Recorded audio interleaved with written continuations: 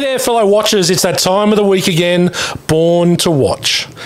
I can't believe it's taken 87 episodes to get to a Quentin Tarantino movie, but we're here. A movie that changed cinema from the moment it was released. Pulp Fiction and the year 1994 had a profound effect on my love of movies and changed the way I thought about film forever.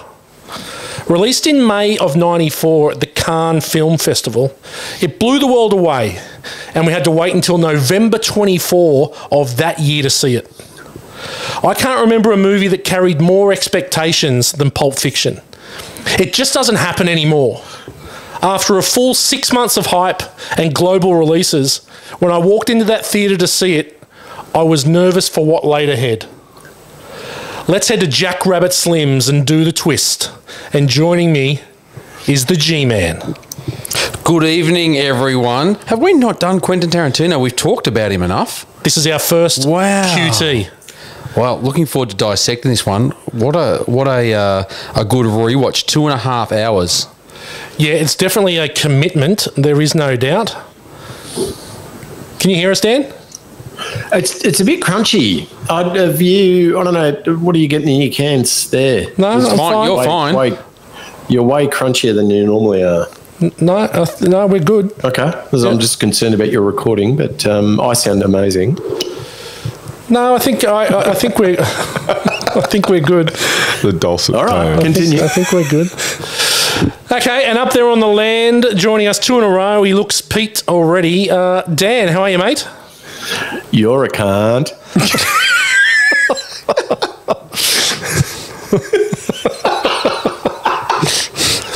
That's a good start. That was early, even for you.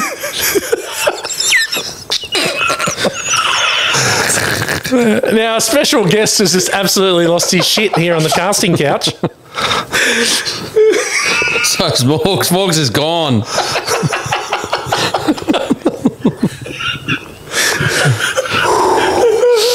Do you wish to elaborate, Daniel? Is that it for you? When you serve up a little dish of Cannes Film Festival, my juvenile brain just can't get past that. I'm sorry. Yeah, fair enough. Okay, excellent. Welcome, Daniel. It's great having you.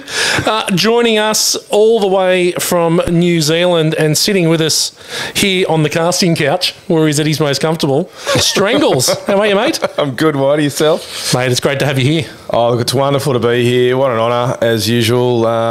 Looking forward to having a look at this movie. I'm going to premature adulate and say it's already my favourite movie in the world, so there you go. There you go. Early on. Yeah. No, fair enough too. Have you done one of these before, Strangles? Is this your first go? I did the good, the bad, and the ugly with the Hobbit one. Lord of the Rings. Right. He had a lick out dialing thing going there for a while where he'd scour around for lick outs. Yeah, no, that's good. Yeah. Oh, welcome. Thank you. Oh, I had to do that because one of my co-hosts decided that it was too much work for him to be with us every week. Hey, hang on. We all have our cross to bear. He's a primary producer. He's got plenty to do on the land. Fuck a duck. He produces a hell of a lot of bullshit. That's what he produces. Anyway, look, a great movie out in 1994, 29 years old. It's a difficult one, this overs and unders, because it's a long movie, so it's probably one that people don't return to all the time. But I'm going to set the overs and unders here at 25. Now, we don't have Damo with us today to throw out a 1 or a 2. We'll start with our guest. What do you reckon Damo's number is? I reckon Damo's number for this would be 2. Wow. He doesn't like this movie. I was going to say, is that the number of times he's watched it or his rating? He doesn't like this movie. Well, is this another hangover for him? Comics. Yeah, he's an odd bod, that is for sure. Strangles. Over or under 25 viewings for Pulp Fiction for you? I am well over. I'm at least 40, I reckon. Okay. I tried to work it out. The first 20 times, first time was in the cinema, stoned, and the next 19 times stoned. And then post that, I've watched it sober since then. So, but I was I was 19 years old when it came out. So, so I was stoned a lot. Okay, excellent. Daniel, what about you? This is a very Morgs movie. You introduced me to Quentin Tarantino. So, what about Pulp? For the first time, I can actually remember where I saw this for the first time, and it was on video cassette. I had a dodgy copy before it was released in Australia in the cinema, because remember there used to be that lag where the Yanks would see everything about 6 months before we would in the cinemas. And I was working at Manly Leagues Club at university, and a barman there gave me a VHS dodgy ass copy of this, and we watched it on the Tiak many times before you went and saw it at the cinema. I don't know that I came with you to see it at the cinema, did I? No, this was a solo viewing for me first up. You were by yourself, but to long-winded answer, I would have seen it 25 times on VHS in 1994. So yeah, I'm way overs. Yeah, absolutely. G-Man, what about you? Oh, look, I think I'd be around the 25 mark. I know. Yeah.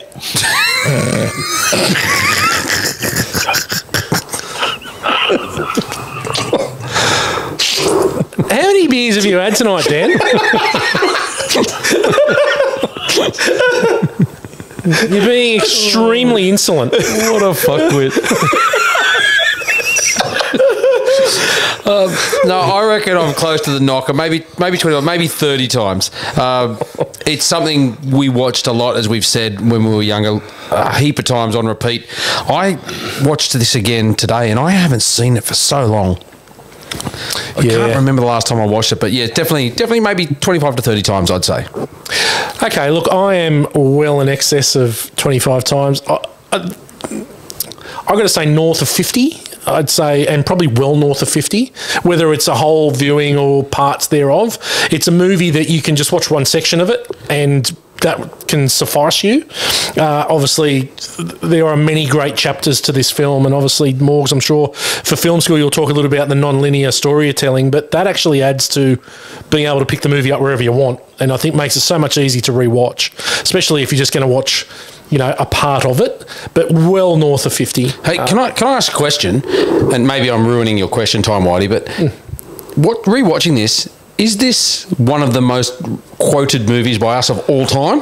Yeah, it blew me away about how, like, the one that rings in my ears is "Let's not go sucking each other's dicks just yet." I had that. And that is like one of the. And when he said that, I just lost my shit because it is still today is used a lot by us.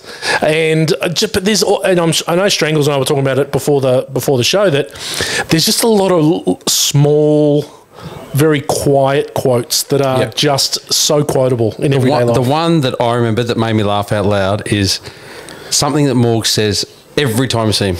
You dig it the most.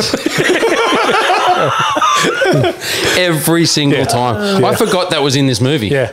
And that's, I think that's the beauty of this movie, that there is so much in it that you forget there's stuff in it. And I think every time you watch it, you can pick something up new. I remember seeing it in the cinema for the first time. I went on my own, first session, first day it was out. There's the Nag. And I remember going in there and sitting in a cinema with not many people, and when the music comes on and it's playing the credits and it's playing like Jungle Boogie and it's at the start of the movie and then it changes, the radio changes, I was looking up at the speakers going, what the fuck is going wrong here? The sound is shit here. And then it jigged like 20 seconds later, oh, it's the radio. Right, and I love that he does that a lot through all these movies, uses the radio really well.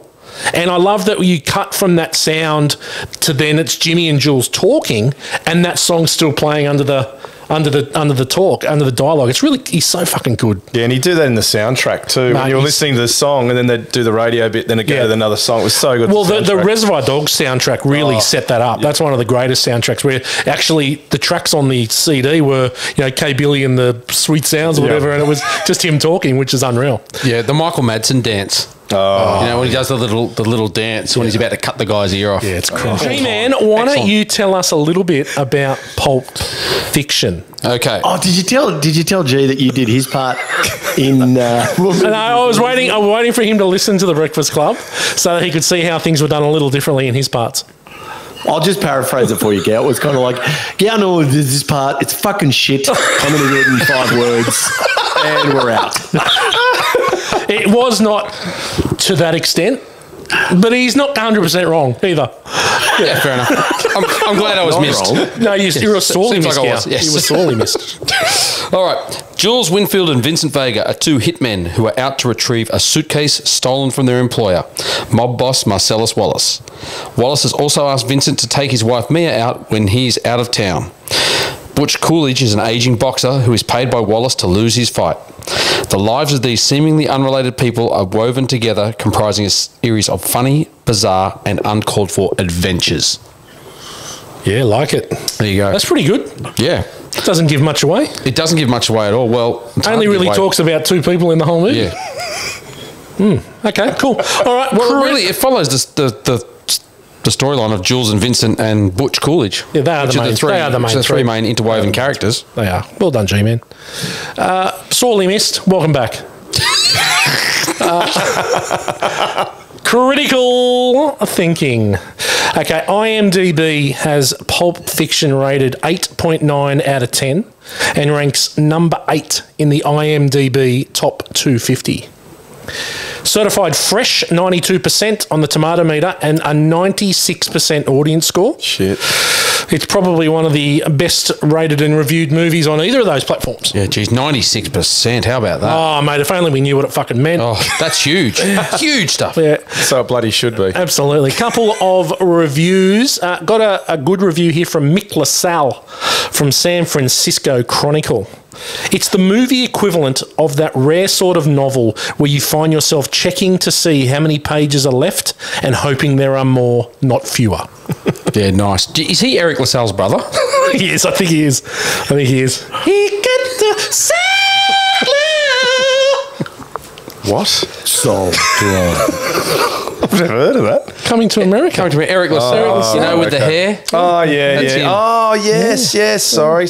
Come on, mate. Fucking get up. you might have preferred him in ER Strangles. Yeah. Oh, ER was the worst. You may not have noticed, it's pretty subtle, but I'd like to write something in my name description, and this was for you tonight, Strangles, in honour of all the Kiwi chicks I've ever met.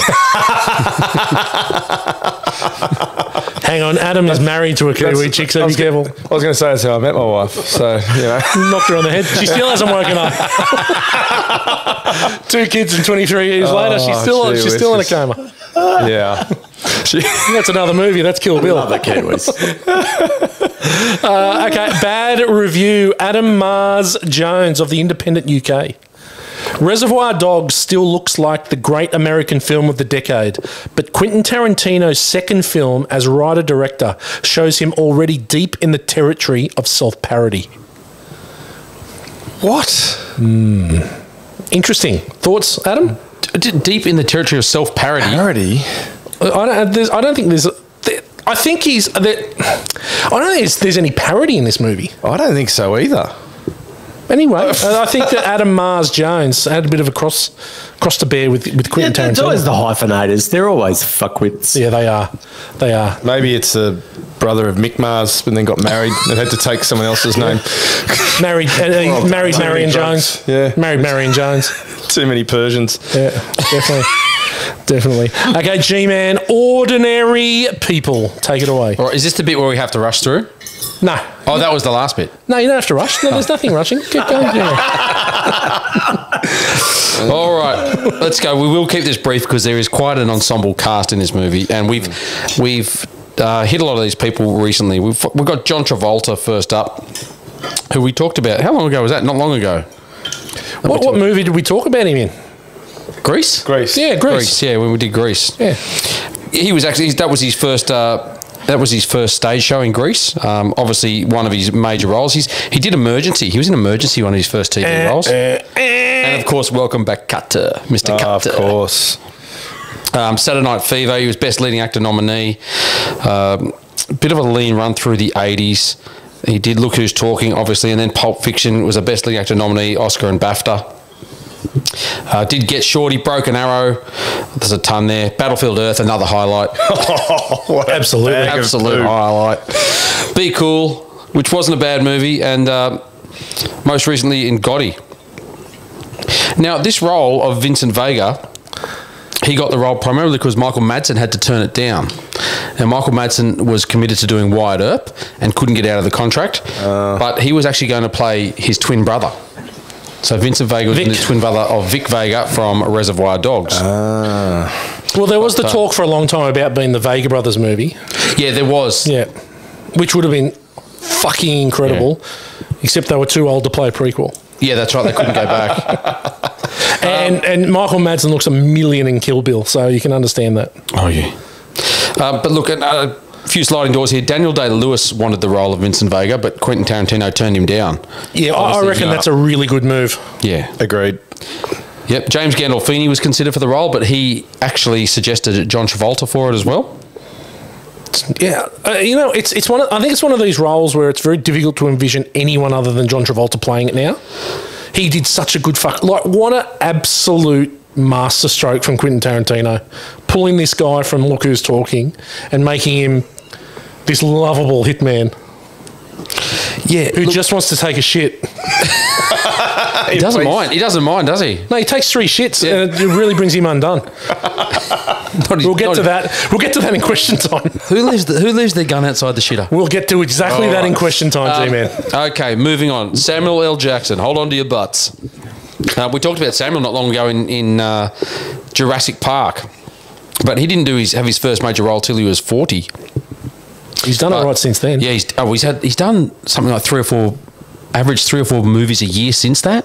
Something crazy along those lines. Yeah, he's fucking incredible. But yeah, early roles in Coming to America as the hold-up man, which we've already covered. Goodfellas, he was Styx Edwards.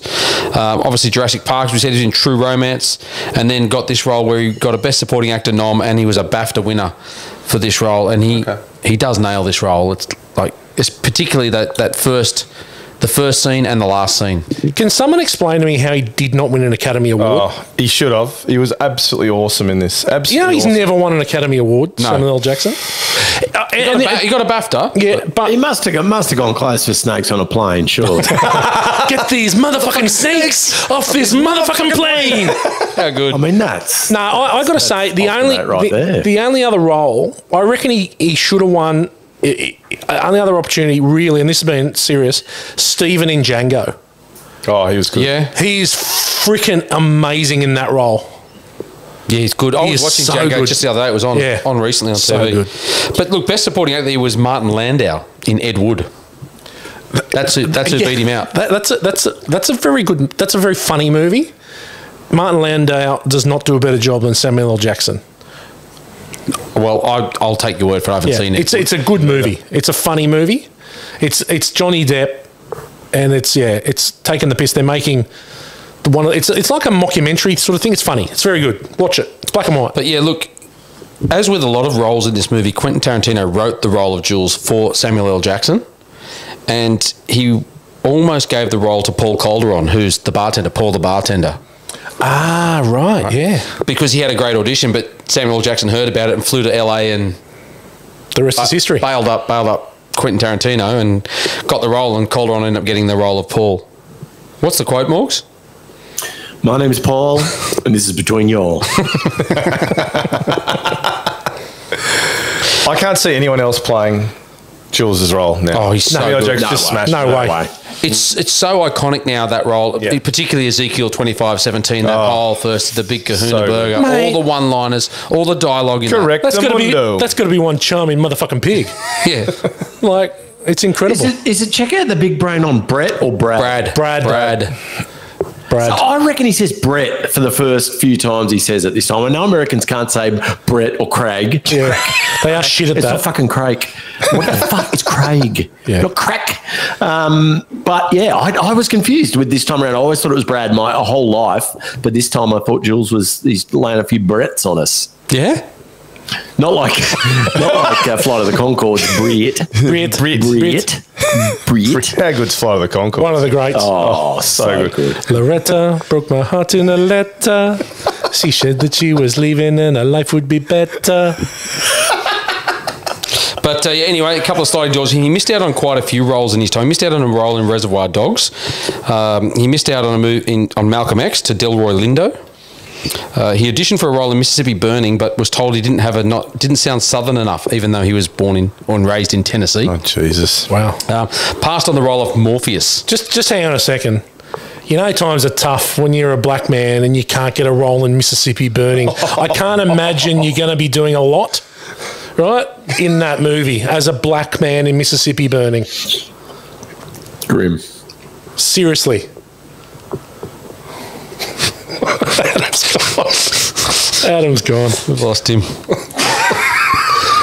But yes, passed on the role of Morpheus, which obviously went to Lawrence Fishburne. Yes. You know what? That's a big sliding door. But also, I don't... He would have been good, but again, he's another one. I don't see... His head's not big enough for Morpheus. Lawrence Fishburne's got the third biggest head on planet Earth. Yeah, it's decent. What's the first and look, second? I'm probably sixth. What do you say? Do you say what's the second? I know number one. Who's number two? BJP. Number one is Alexander Park. Shout out to Number Fitzmost. two is Brad Glasgow Plumbing. Yes. And number three is Morpheus. Yeah. Lawrence Fishburne. Number 6 is Matthew Watt. Fitzmost. Yeah. One fits most. What about the baby and Family Guy? Stewie. Yeah, but he's a cartoon. Still He's a not big real. head. Does have a big head. How does he get out of a vagina? That head. Let's be honest here. It's a football-shaped vagina. Yeah. Oh, God. No. Peter must be super randy to be going back to that well. He's drunk half the time, so it doesn't matter, I don't think. That's the first time that Sammy's been able to see all of us. Yes. Yeah. Okay. Also, moving on, he was offered the role of Alex Ross in Kiss the Girls, which the Morgan Freeman role. Okay. Yep. And also, he turned down a role in Boogie Nights. Oh, okay. Buck Swope. Oh. And again, Don Cheadle. You can't see anyone but Don Cheadle. You can't. It's hard to imagine Samuel L. Jackson doing that role. After. Well, yeah, I struggle to see Samuel L. Jackson having sex. So to play a porn star, he's not classically handsome, Samuel L. Jackson. And when we did cover it in The Long Kiss Goodnight, where even he knew that Gina Davis couldn't find him attractive and want to have sex with him.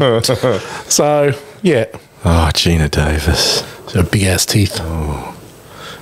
Red dangleberries. It's a huge bitch. All right, Uma Thurman. Early roles in Johnny Be Good and Dangerous Liaisons in 88. She was also in Johnny Be Good. Yeah, she was Anthony Michael Hall. Yep. And she was in Mad Dog and Glory in 93 with Robert De Niro and Bill Murray. Obviously, big role in Pulp Fiction in 94. She was in Batman and Robin in 97. Yeah, she plays Poison Ivy. Yep. Terrible movie. The Avengers in 98. Dr. Emma Peel. The Rafe Fiennes Avengers, not Morg's favourite movie. And then also, obviously, 2003, 2004, she was in Kill Bill Volumes 1 and 2 with an awesome performance in those movies. Amazing. Kill Bill Volume 1 is still one of my favourite Tarantino movies of all time. I love it. So good. Yeah, it's a great movie. They're both. I like them both. You don't like 2 as much, do you? I do like 2, but not as much as 1. I think there is a divide between quality. Yep, fair enough. Yep. She's so sexy, though. She's so sexy in Pulp Fiction. She's sexy in Kill Bill. It's just amazing. I don't find her super attractive. Don't you? No, I don't. Like, let's be honest. I'm not knocking her back. But, if I had a choice, I'm probably looking... Yeah, Plims. Good fan of the show. Plims loves Uma. Yeah. Loves Uma. Post-heroin overdose, pretty attractive. Definitely. It's, with all the stuff hanging out, with all the goop hanging out of it. With the bubble. Yeah. The bubble comes out the nose. Oh, so sexy. Yeah. Anyway, look, she was nearly cast in Contact in 97. Jodie Foster turned that role down. But looked at the... they did a revision of the script, and then she changed her mind.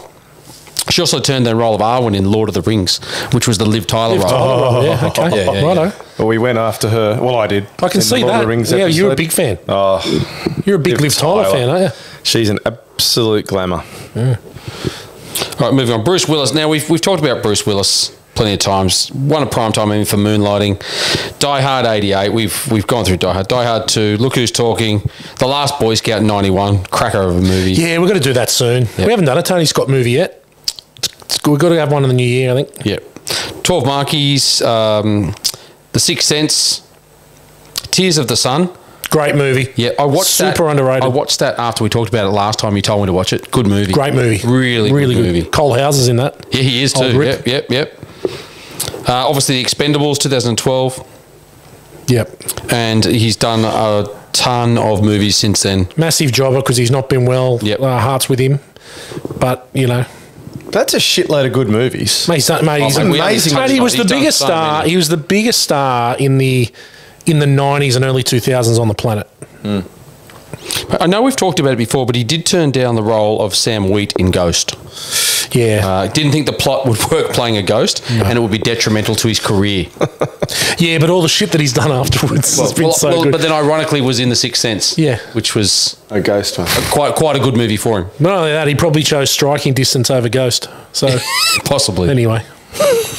All right, and then look, we've got Ving Rhames as well.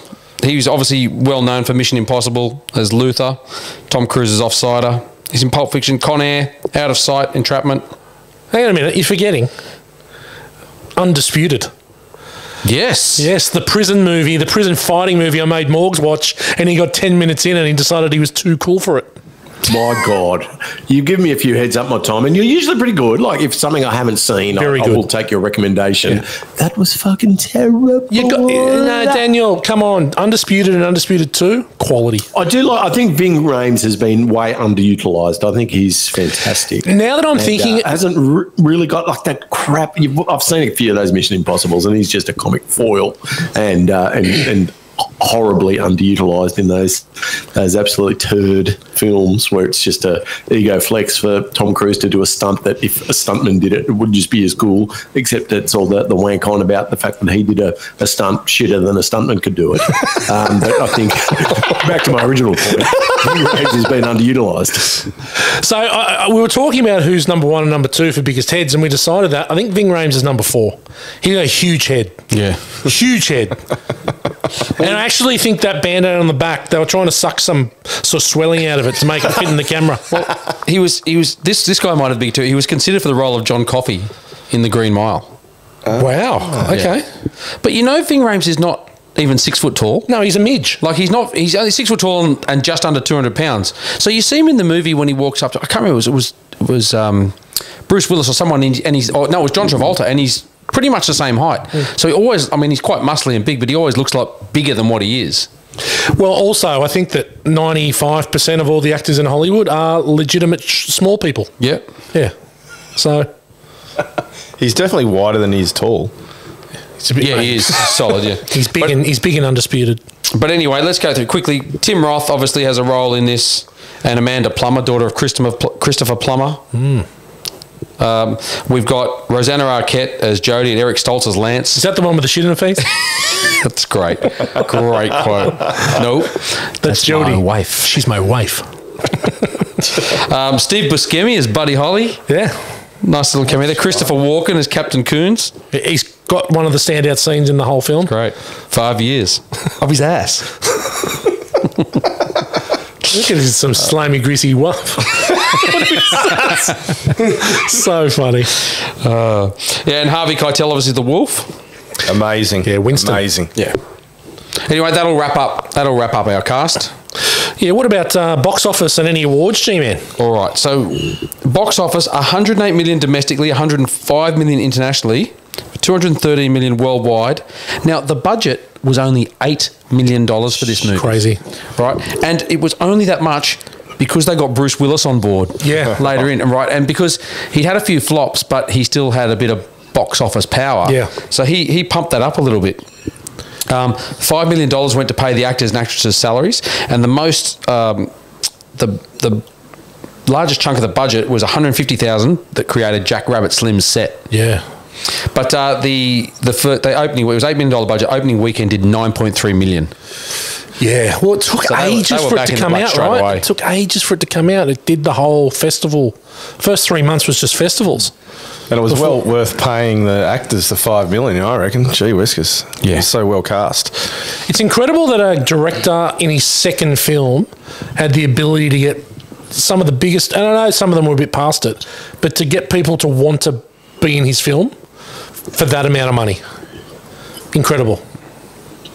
I I think when you look at the careers of some of these people, like Uma Thurman, they were just coming up too. Like, and John Travolta was coming off the back of Look Who's Talking. Yeah, but he before that, you know, we've talked about his 80s before. Sure, he was terrible. He was nowhere. Bruce Willis was coming off a few flops after Die Hard in '88, so he's picked those. But he's actually written all of those. He wrote the parts for Tim Roth and Amanda Plummer, particularly for those two. Yeah, you know, same as he did for Uma Thurman, same as he did for John Travolta and Samuel L. Jackson. Yeah, so for sure. He obviously had them in mind when he's making this.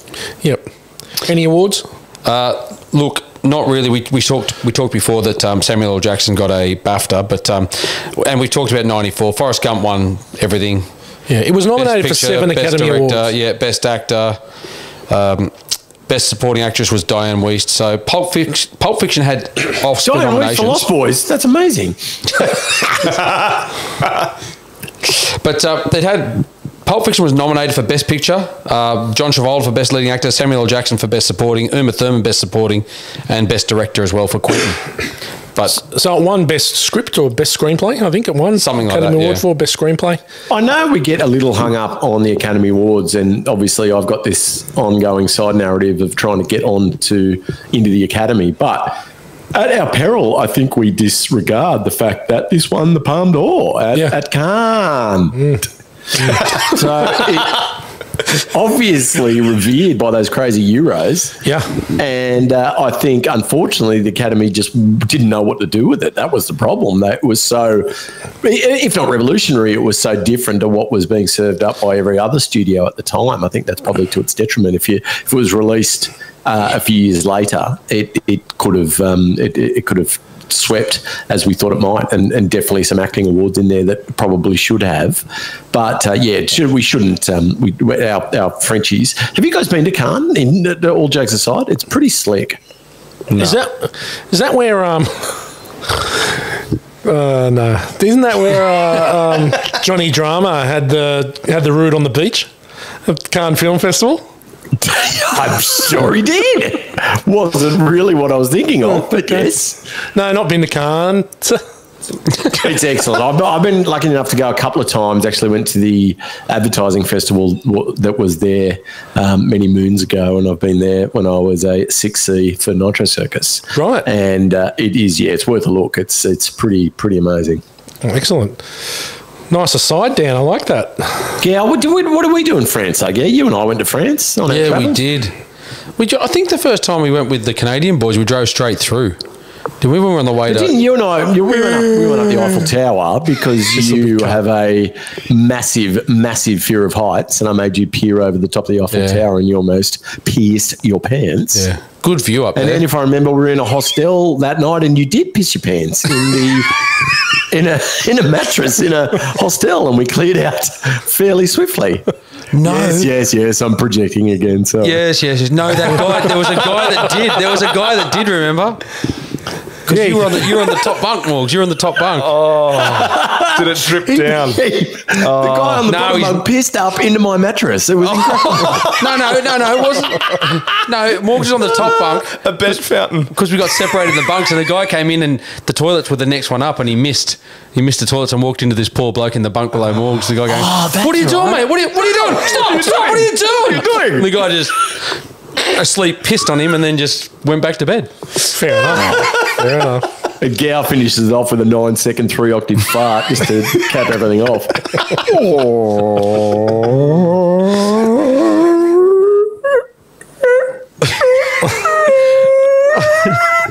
Again, Morgs, you're mixing stories, but whatever. Well done, gentlemen. That was a colourful palette. Let's move into 1994 hit, sleeper, and dud. And Dan, I believe you're first cab off the rank. Yes, I was very excited to look at this one because this is a film that not normally in my wheelhouse, and Strangles may look at me and think less of me for this, but the James Cameron bit with Arnold Schwarzenegger and Jamie Lee Curtis, True Lies, was big actually fan. released in 1994. I'm a huge fan of this movie. I think great movie. It gets the tone absolutely spot on between comedy and action. Never any dead spots. I mean, obviously ridiculous, but such an enjoyable film to watch and an absolute bona fide hit. So I think that's a film I will go back to in the future for sure. And amongst a whole lot of other award-winning films, and certainly it being quite a big year for cinema, I think this was a standout for me. What do you think, Whitey? You're a fan of True Lies? Big fan of True Lies. One of the funniest scenes in the history of cinema is the strip dance with Jamie Lee Curtis. She's a out-and-out 10 out of 10. Mate, she's a well put together piece of kit. Yeah, her body is incredible. Her acting in that movie is only surpassed by Bill Paxton. Yeah, who steals the show. Who steals? Mate, it's pathetic. I think it is. You're right there. I think that James Cameron gets the tone perfect. Spot on. Perfect. And he's not. I wouldn't say that James Cameron is particularly known or would be the guy that you would think that would get a comedy action correct. He comes across a little bit serious and a bit more of an auteur, if definitely in the blockbuster realm. But he fucking nails it. No, I think it's brilliant. Yeah, no, well played. Well, Morgs, I don't think any less of you, so you can sleep well tonight, okay? Thank you, Strangles. I went out on a limb there, so yeah, nice one. Gow, don't really give a shit what you think. G-Man, what have you got for sleeper? I went through these. We've hit so many 94 movies before, and I may have talked about this one, but it is a cracker of a movie. It's Once Were Warriors. Excellent. Oh, Gow! Cracker. I mean, it is such a hard-hitting, powerful, brutal movie that is based, on life in South Auckland. So it remember just hits like a gut punch. So that movie, but it definitely was a sleeper. When you look at the year of movies that year, it was something that came out to us. But I remember that being quite big here when it came out. Yeah, I remember seeing that at the movies, and it was just unbelievable in Sydney. And I was just like, "What is this? Is wow, amazing, but brutal, but real. Real. That's the thing, and I think that's the key to it. I mean, how many dudes do you think flow like this? How many dudes do you think flow like this? Not many, if any. If any. Not many. Not many, if any. How many dudes you got the skills to go rock a show like this? I don't know anybody. Oh, dear. Okay. Scribe, thank you. Well done. Absolutely nothing to do with the film. No. Who doesn't love Scribe? Slice of heaven. Oh, anyway. Okay, well done, G-Man. Great movie. I saw that at the cinemas. It was in a packed cinema at Hoyt's, and it absolutely took everyone's breath away. The first punch he throws... It just grim. And didn't it scare you to ever go drinking in a South Auckland bar where they just get crates of Tallies and get stuck in and then punch on? Watch out for the tunnifa. What's a tunnifa? I love the Hey, G. What's a tunnifa? But that movie, walking out of the cinema, it's just that movie where everyone walks out deathly quiet. Everyone walking out going, absolutely. Wow, what was that? Cook the man some fucking eggs. When he throws that first punch after cooking some eggs to Beth Hickey, I'm not pussed, I'm just hippie. You're fucking out of your head. So I've actually read the book, and it wasn't Uncle Bully who was the molester. It was actually the father in the book. Oh, it was Jake? They changed it, yeah. So it was even more grim in a way. God. Wow. Yeah. Jake Hickey. Oof. Jake the Muss. Okay, it's Strangles. Did you guys enjoy What Becomes the Broken Hearted, the sequel? It's a completely different tone. Yeah. Do you know what it reminds me a bit of? Not as bad, but when Crocodile Dundee 2 came around. Yeah. So, Yep. And obviously amazing film, but then they just tried to cram too much into it and got a little lost. So I didn't. Too much on the redemption, like it changed the whole movie. Yeah. The second one from the first one. Yeah. Absolutely. Strangles, dud. This may prove popular or not popular. I'm not really sure, but I fucking hate Forrest Gump. I think it's one of the worst fucking movies ever made. Tom Hanks is a tosser and should go and blow his own... No. I hate it. I went and saw it at the cinema and thought it was the biggest piece of American flag flying shit I'd ever seen in my life. And that's where I'll leave it. Otherwise, I'll just go off on a tangent. It hasn't aged well. I agree. It's we were a lot younger when it came out, and probably didn't get the fairy floss and all of the. We didn't understand how it was saccharine it was, I guess, at the time. But in hindsight, and after having watched 10,000 better movies than it, you can really see that it's a bit crapola for sure. I think you made a really good point, Dan, that Pulp Fiction is before its time, and I think if there was any other movie maybe that was released other than Forrest Gump, which is just it is flag waving, American, patriotic. This Pulp Fiction should have won every possible award in the history of awards, and Forrest Gump is not a better movie than this movie. No way. I will pick you up on one statement though, Strangles. Tom Hanks, I think you said he's a wank. I'm actually almost finished Elvis, the Baz Luhrmann joint at the moment, and I know that Whitey fucking hates it. I like it. I'm going to go out there and say I actually quite like it, and I don't mind a bit of Baz Luhrmann style over substance, but this one I think it's pretty amazing. And having been to Graceland recently on a travel without Gow, sorry about that, G-Man, I kind of get the incredible cultural reference and phenomena that was Elvis Aaron Presley. And taking care of business and all that. You should see his fucking joint. Like, it's just incredible there. And I was hungover as balls, and I still enjoyed myself. So, yeah, Elvis, Baz Luhrmann, watch it. Whitey, thoughts? Okay. I think it's shithouse. Excellent. No, I think that it's a movie of two halves. I think I'm not sure whether I like the first half or the second half better. I think that the second half probably is better than the first half. But I think Tom Hanks is pretty good in it as the Colonel. Yeah. And I think that Austin Butler is very good as Elvis. I really do. But He's a good-looking fella. Yeah, I've got a real problem with Baz Luhrmann. I just do. Yeah, so I really like Romeo and Juliet as well. Yeah, I love Romeo and Juliet. I didn't mind The Great Gatsby. I like Moulin Rouge. I think that's a better movie than Moulin Elvis. Rouge. I liked. Yeah, I think I'm going to have to say I'm a Baz Luhrmann guy. Sorry about Australia destroys all of them. Australia's freaking horrendous. Yeah. And did you see that's been re-released as a Netflix series? Far Away Downs. Gow, is that something you've been forced to watch maybe at the G residence? I haven't seen Australia. I haven't seen Far Away Downs. All right. Not even close. You're getting better, G-Man. You're a TC these days. I love it. Okay, so I thought I would just throw my hat in the ring for one. I'm going to do Sleeper. And it's a movie that really applies to probably more Dan than anyone on this panel. It's called Surviving the Game. Stars Rutger Hauer, Ice-T, Charles S. Dutton, Gary Busey, F. Murray Abraham, and John C. McGinley. Good now cast.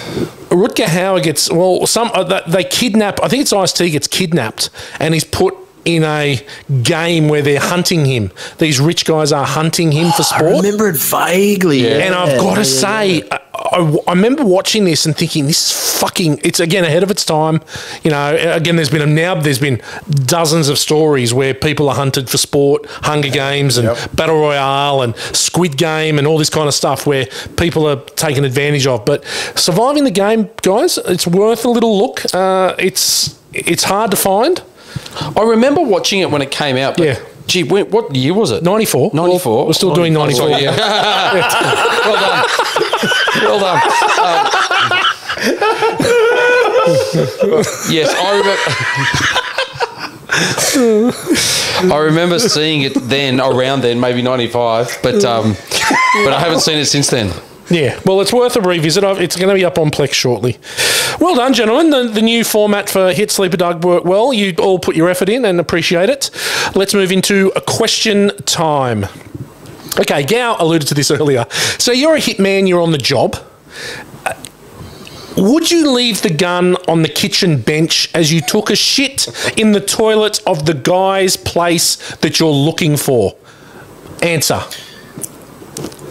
No. I heard an interesting take on this, and it's the only thing that makes it plausible, was that that's where Vincent went straight after the fight. So he's literally been there all night. So he's been waiting, hoping that old mate's going to come back. It gets to the morning and he's like, mate, he's not coming anywhere near. His defences are down. He's taking a dump. He's reading a book like the G. He's even doing like the G, the way he does the real slow page turn that I've seen on planes all over the world and just want to kill the fuckwit. And he does the same thing, the way he reads his book. And, yeah, that's the only way I can excuse the lapse in Vincent's judgment that ultimately led to his Sorry, you go, mate. death. Sorry. I thought they were both very chilled hitmen. Even when they were shooting away in the drug dealer's place, they were very mellow by the end of it, and they were just chilling out there waiting when the huge gunshots had gone off. I was like, get the fuck out of there. Yeah. I'm taking the gun in the toilet with me. I'm sorry. I think the thing was, too, for me, rewatching it, was that Butch comes in the door and he's sitting in the toilet. There's no other noise in the room. There doesn't appear to be any other background noise, but he doesn't hear him come in the door, doesn't hear him walk in, doesn't hear him put the Pop-Tarts in the toaster even.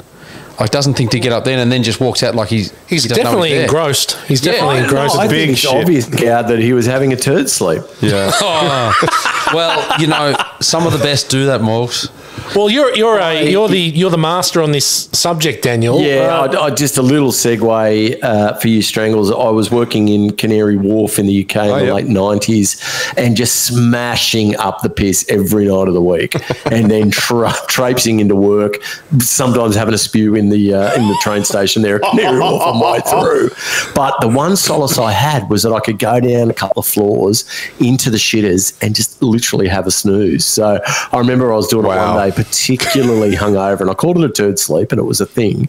And I just remember coming out and hearing giggling, and look, what the fuck is that? And then I hear this, I think he's asleep. There's a couple of dudes out there listening to me, obviously snoring mid-turd sleep. So, yeah, Morgan Stanley didn't get their pound of flesh out of me back in the late 90s. Did you work for Morgan Stanley's in the late 90s? I've got a checkered past of... I worked there in the late 90s too. Oh, look, we could definitely have crossed paths. I wasn't me giggling, I promise you. That was Fat Morgs. Jeez, he was a good bloke. He was. Fat Morgs was a legend. And then every night coming home to Morgs would get on the piss and he'd have a turd sleep. Then he'd come home and then he wouldn't eat all his dinner because he'd stop for a slight cheesy on the way home every night. I thought it was just the women that got the Heathrow injection. Did you get it too, mate? Oh, no. Morgs had it before he went. Morgs was a little chubbier than he is today. Like, he wasn't overtly overweight, but he was a little chubbier. Right. But, you know, he's a good-looking rooster now. The guy's Samoan. I don't know what we call him. Half black, half Samoan. What's he going to do? What's he going to do? Okay, then.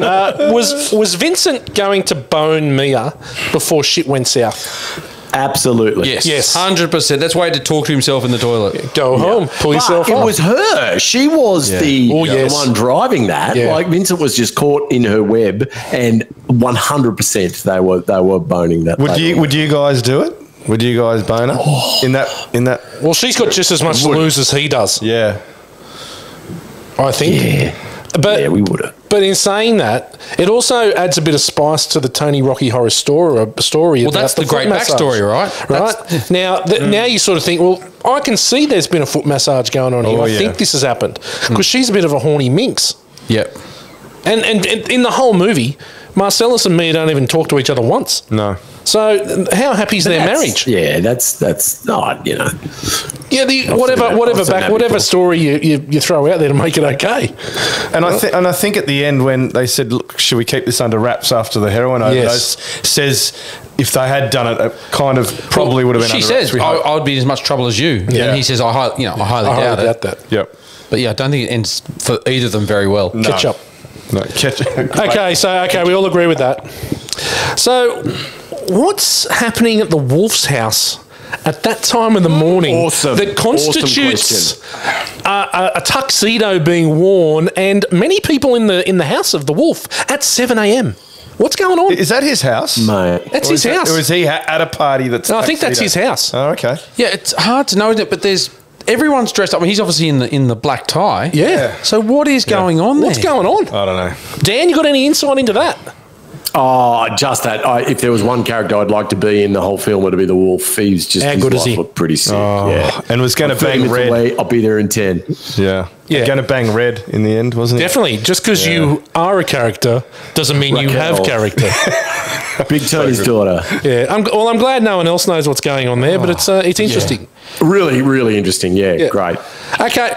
What's in the briefcase? What's in the box? Oh, one of the top 10.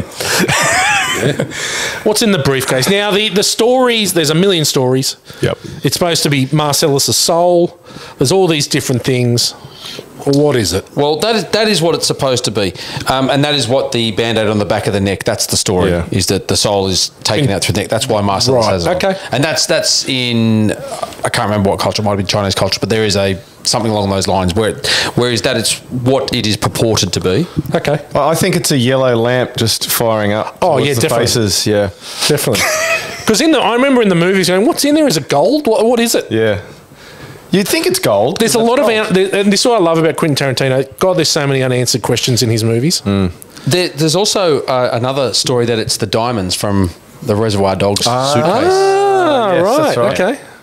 Yep. Yeah. So Quentin has refuted all of this. He essentially agrees that it's MacGuffin. So MacGuffin's something that characters value, but it doesn't really make a difference. We don't really learn more about it. And on the interwebs, there's actually the top 10 MacGuffins, which I'll go through very quickly, if that's all right. Sure.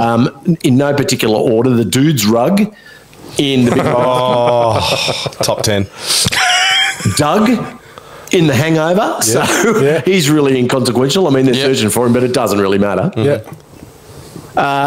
Something called the Horcruxes in the Harry Potter series, but I'm not a dork, so I have no idea what I know what they are. I do too, and this is where we'll divert Dan. I love Harry Potter. We couldn't be the same person. We're going to have to diverge at some point, so that's all right. Next is the Ark of the Covenant in Raiders of the Lost Ark. Absolutely. Yeah, that's another MacGuffin. The Infinity Stones in the Marvel Cinematic Universe. I mean, that begs a question: who gives a fuck? What?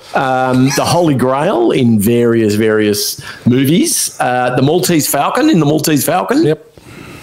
Obviously, the briefcase in Pulp Fiction. Rosebud in Citizen Kane. The One Ring in the Lord of the Rings trilogy. Again, that's more of a Damo dorky thing.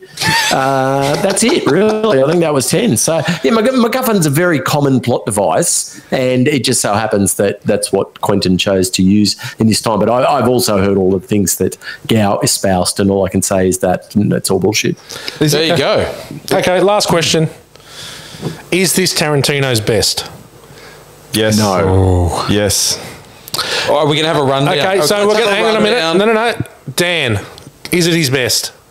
No, I enjoyed it a great deal on the revisit, and I think it's, obviously I'll keep my cards a little closer to my chest than Strangles, but in my particular favourites, no, it's probably not top 3 or 4. It's not. So Inglourious Basterds is my favourite. Yeah. I think Once Upon a Time in Hollywood may have jumped up recently too. I gravitate back towards that a lot. I mean, I love True Romance. I love Reservoir Dogs. Yeah, I was going to say Reservoir Dogs. Yeah, okay. All right. Well, then G-Man. The Kill Bills I enjoy, but not as much. I don't look them out as much as Whitey does. Yep. The hateful but eight. No, I'm going to say definitely not for me. Okay. But I can understand how it could be. So definitely. I'll let that's up. G-Man, where do you stand on this?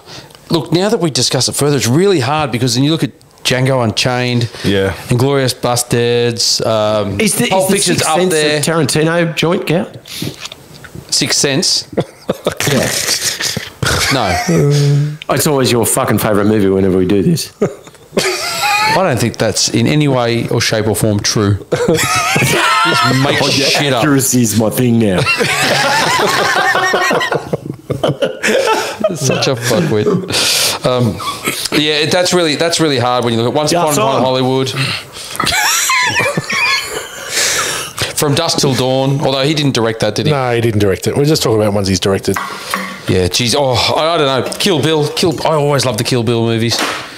Okay, so you're saying I'm on the fence. I'm on the fence. I'm finding it hard to maybe not. film? I'm finding it hard to Every film is your number one? No, I just find it hard to make that the best out of some of those for other sure, ones. for sure. Strangles. Yes. Okay. Easy. Nostalgia. The way it was Matthew written. This was my favourite Quentin Tarantino film, probably up until Inglourious Bastards was released. I think that may have surpassed it for my favourite film of Tarantino's. I, like you, Daniel, are becoming vastly fond of Once Upon a Time in Hollywood. The more I see of it, the more I am. I still, but in saying that, I think for what it did to cinema, it's hard to go past this. But I don't think it's his best. But for me, it'd be top 3 or 4, and it'd be top of the top 3 or 4. Yeah. Do you know what I mean? Like, it'd be in that. But it would be number 2. It wouldn't be number 2. No, I'd say Inglourious Bastards is my number 1. Pulp probably is my number 2. Kill Bill's probably my number 3, Volume 1, and then Once Upon a Time in Hollywood's probably my number 4. I think. That's just off the top of my head. I love it. Anyway, well done, gentlemen. Good, the bad, and the ugly. Now, we're going to start with our guest, because he's got a long list that might cover all of us. Yep. So, Strangles, why don't you take it away? Look, I'm just going to list them, and I might skip over a few because I don't want to take everything. This is the opening scene and then the music hitting. It's just amazing. That was my first one that I had written down. So good. All right, we're on track. Right, and then the next scene, and then the next scene, and then the next. The soundtrack's epic. I mean, I bought the album and played album. That's how old I am, and played that ad nauseum in the car or at home. Amazing. I think we all did. I think we all had that CD for sure. Absolutely. Yep. Iconic actors in it now. You look back and they're just going, how good are these actors? John Travolta's hair and the way he walked in this film. Yeah. With that slick back little moulay sort of hair and this the way he kind of swaggered. I love that. Samuel L. Jackson's Merv Hughes moustache on steroids. I thought that was really nice. Vincent Vega, the way he smoked a cigarette. Yeah, I just thought it was the straight fingers. It's actually a Morgs thing. Morgs has never been a smoker, but he's always had a thing for how cool people smoked. John Travolta is a very good smoker of a cigarette. He is. In general. Yep. I loved the case, but the combo. Did everyone see what the combination on the case was? 666. Yeah, absolutely brilliant. Let's just go over that one. Which one? Oh, I just like the depiction of the heroin, injecting of the heroin and the feeling of it afterwards, and the way John Travolta acted. Well, he'd never done heroin before in his life. Wow. And that was his first time, was it? No. No. So he'd never done it before. He went full method. He went and met with an ex-addict. He went and met with an ex-addict to find out what the reaction and how it would be. Yeah. And just amazing when Uma Thurman's saying, I'm over here, and he's just turning. Oh, mate, that intercom scene. Hello? Yeah. Over here, Vincent. So good. And when he's driving in the car, he's just got the... Mate. He's so fucking almost asleep. Yeah. And then it's the fake car, which is the same as Kill Bill, which is a great little Quentin Tarantino. He's so good. Bit. Yeah. The Jack Rabbit Slims set is just freaking amazing. I'd love to go eat there and maybe not dance there, but eat there. How good was smoking in a restaurant back in the day? Well, I've got smoking inside as bad. Oh, okay. Yeah. I wish I'd seen Fox Force 5. I reckon that would have been an awesome TV show. It would have been amazing. Zippo lighters. Don't have them anymore. Yeah. Oh, I used to have heaps of them. Eric Stoltz's Speed Racer T-shirt. Yes, good. Very cool. I love Speed Racer. Yeah. Apparently, you can buy all the shirts from this movie on the internet somewhere. Oh, awesome. I'll have to look that up. What about Eric Stoltz eating cereal at whatever time of night that it is? Just in bed in his gown, eating his cereal. Yeah, fuckwit. Obviously, the Christopher Walken gold watch scene. I know I'm stealing that from everyone else. Up his ass. Up his ass. So good. So we hid this hunk of metal up my ass. 7 years I hid this hunk of metal. The Vietnam War didn't go for long enough for him to be in a fucking prisoner of war camp for 12 years or however long as he talks about. Unless he was fighting for the French. Which Yes, well, it went forever. Early 60s. It went forever. I liked the Bruce Willis scene. His acting was amazing when he goes ape shit when she didn't bring the watch. And then he talks him his way down and then he loses again at the car. Yep. Amazing acting. Only a couple more go. The whole Debian! Don't use that Mongoloid voice. the whole I hate that Mongoloid voice. The whole pawn shop scene. The whole pawn shop scene. Grim. Marvin getting his head blown off in the car. Oh man, I shot Marvin in the face. So good. Harvey Keitel was just great. And I had the question, what was we doing at the tuxedos at 8:30 in the morning? Yeah. Yeah. So that's my good. Okay, only a few. Outstanding. Yeah, only a few. I had to cut a whole lot out of that. Okay. Daniel, what about you? Yeah, I had several of those in my good as well, but I just think overall for me that the script writing, it's just what any script writer would aspire to. I mean, he just changed the game essentially by having all of these wonderful characters just talk absolute bollocks that usually had very little to do with the scene that we're in, but conversely told us all we needed to know about the character and what needed to propel the story along. So I just think it's just incredible, amazing. And what I came back to on this revisit was just the Tarantino style, which is instantly recognizable, copied absolutely senseless since then by a huge amount of wannabes. But if you just go back to the source, it's interesting when he was brought on as a script doctor into that Denzel Washington movie, the submarine one, Crimson Tide. Oh yeah, Crimson Tide. Yeah, and there were quite a few script doctors called in to give it a bit of a rinse, the script.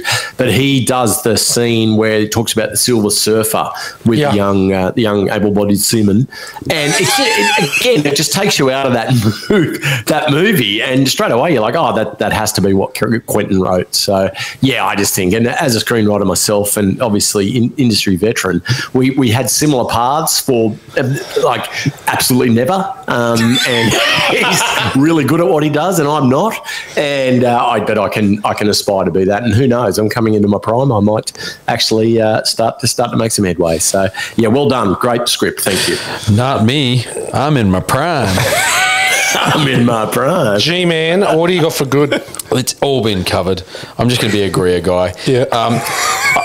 Do what you do, mate. Do what you do. I agree. No, love the opening dialogue into the music, into the guitar music. It's fantastic. And it's so passed over, I guess, into pop culture. Lots of jangly guitars, a lot more than I thought. Like Dick Dale obviously opens the film, but there's quite a few tracks with that real jangly surf guitar in there that I'd forgotten all about. So definitely his music supervisor is just incredible. Yeah, we've had that discussion before, Dan. She is worth her weight in gold. Oh, well, that's it. I mean, she makes a lot of these films. It certainly can't imagine it without the Reservoir Dogs and this especially are just iconic. So, good call, G. But also the dialogue, the big Kahuna Burger scene, that first scene, that all the dialogue in there, Samuel L. Jackson nails that whole scene. He's just so scary, but got the dry wit as well, just such an scary character. When you think about it, those two, like they literally could have just walked in and shot him and had the same result. Yep. But he decided just to torment them some more. But you love your job. You know, but I love it. They walk up to the door. They walk up to the door and it's 7:22 in the AM and they go, "Come on, we're not quite ready." It's not quite And then time. when they're talking, he goes, "Let's go get into character now." You know, they just how good. Just to nerd out for a second, how good is where he uses the full depth of field there, and they just walk out a frame right up to the back of the frame and still have the conversation. Whereas you could think a normal director would go in tight into each of them and have a two-hander and have them chatting towards, but he's comfortable enough in his second film just to go, nah, I like this shot, through the doorway, they're just going to keep chatting and I'm going to stay right the fuck here. Interestingly too, I noticed like when in the scene where she overdoses and they go to Lance's house, when Lance goes in the bedroom to get his little black book and the camera's panned on the doorway, half in the doorway with him in the room and halfway towards the other room, and it doesn't go in to show, like again, it doesn't go to show in the room, it's an odd angle, and when he first buys the drugs, it's coming up from behind the bed and showing them up. So he creates those angles really well. It's just different scenery to what you'd normally see. And a lot of those down low angles, like it's always looking out of car boots and looking down. Yeah, absolutely, Gow. Good call, Gow. What the fuck just happened there, Gow? What the absolute fuck did I just hear? I've been listening to this dickhead for too long.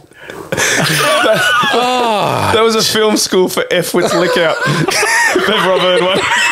Wow, G-man. Mate, I got a little bit of blood. I got a little bit of blood in the old fella then. Fat. And then you can have that. Then you can have that two-hander. Good angles. Good angles, Quentin. Good angles. It's all about the angles. You got anything more, G-man? I don't think you can top that. No, just quickly. The dialogue or the chemistry between Vincent and Jules is really good. The chemistry between, obviously, Mia and Vincent is really, really good. The two of them, like, straight away you can see the sparks flying. She's young in this film too. Yeah. So and acting against a luminary. She's in her 20s. So she was in her 20s. Yeah, it was super early 20s. The character's 23, but I think she was even younger than that. Apparently, she said, like, because when she had to dance with John Travolta, she said, I'm really nervous about this, like, I got to dance again. And she told it to him, and he just goes, shut up and twist. Yeah. Just dance. But yeah, look, that was it for me. Sorry, I want to add that to my good. When he started dancing on the Rubies, incredible. I just had the most massive smile on my head. Yeah, just thought that guy. That's it. Mate, he gets up on his toes. Yeah. It's just so fucking like easy. He makes it look so easy. I would have rolled my ankle. Nearly as good as Damo. Yeah, nearly. Yeah, nearly. Okay, look. Everything's we need a Damo here to actually comment on the dance. Yeah, definitely. We might get him to. He's at WatchCon Hawaii at the moment. He'll be. He might come in with some feedback. Also, one more. I've got one little one. Sure. Oh, go, G.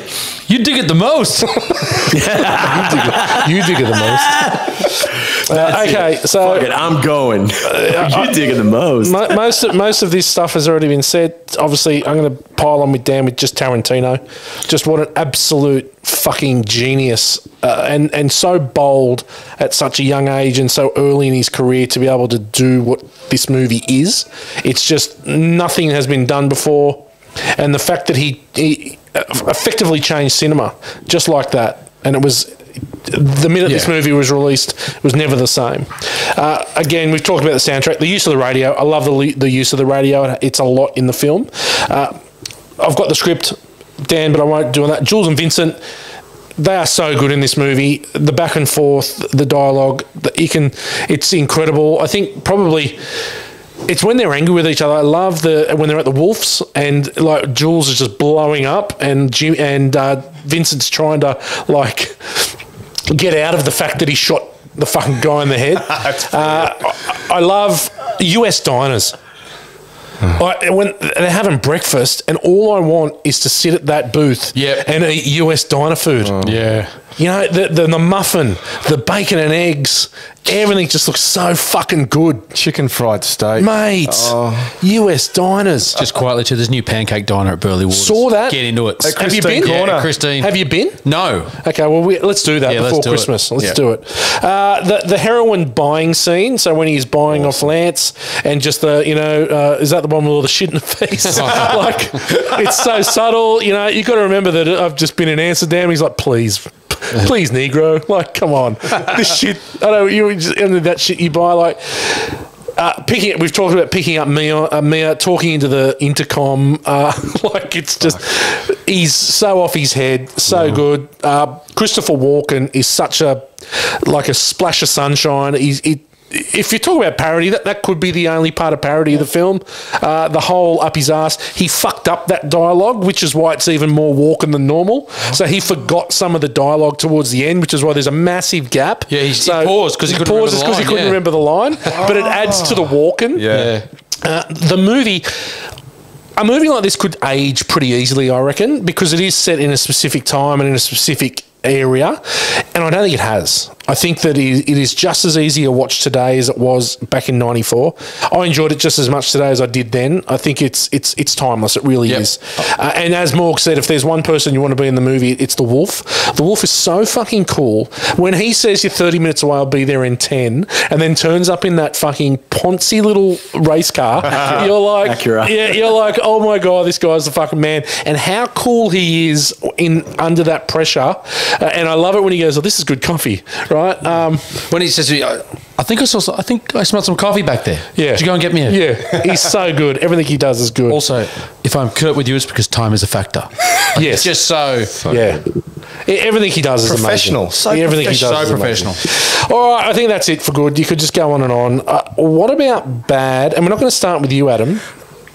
We're going to start with G-Man. What do you got for bad? Okay, got a couple of just quick ones here. I think it's pretty well known that when the guy with the hand cannon comes out and shoots, there's already the two... The bullets are in the wall. Bullet holes are already in the wall behind him, and that's a known goof Oh, of shit, the I movie. didn't see that. Yeah. I'm gutted. But I did notice this time, because I was sort of looking up for that, and maybe that's what put me into it, was that when they're talking and when Jules shoots the guy on the lounge, there's no actual... The gun doesn't discharge. There's no smoke. Yeah.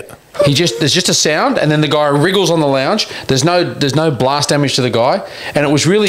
I really noticed it. Hold on. Keep going, Gav. It's good.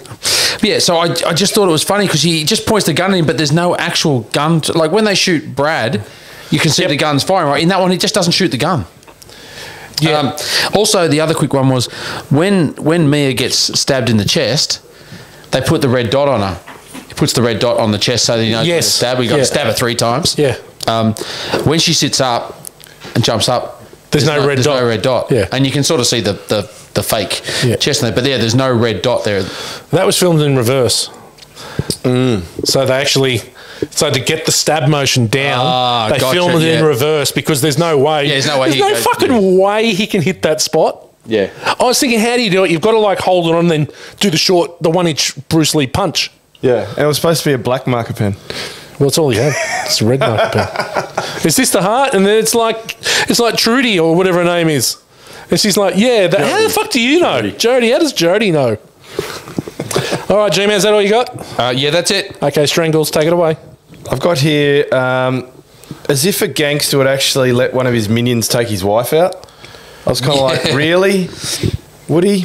Well, that's how secure he is in his power. Yeah. She's a horny minx, man. Yeah. She's fucked 100 blokes.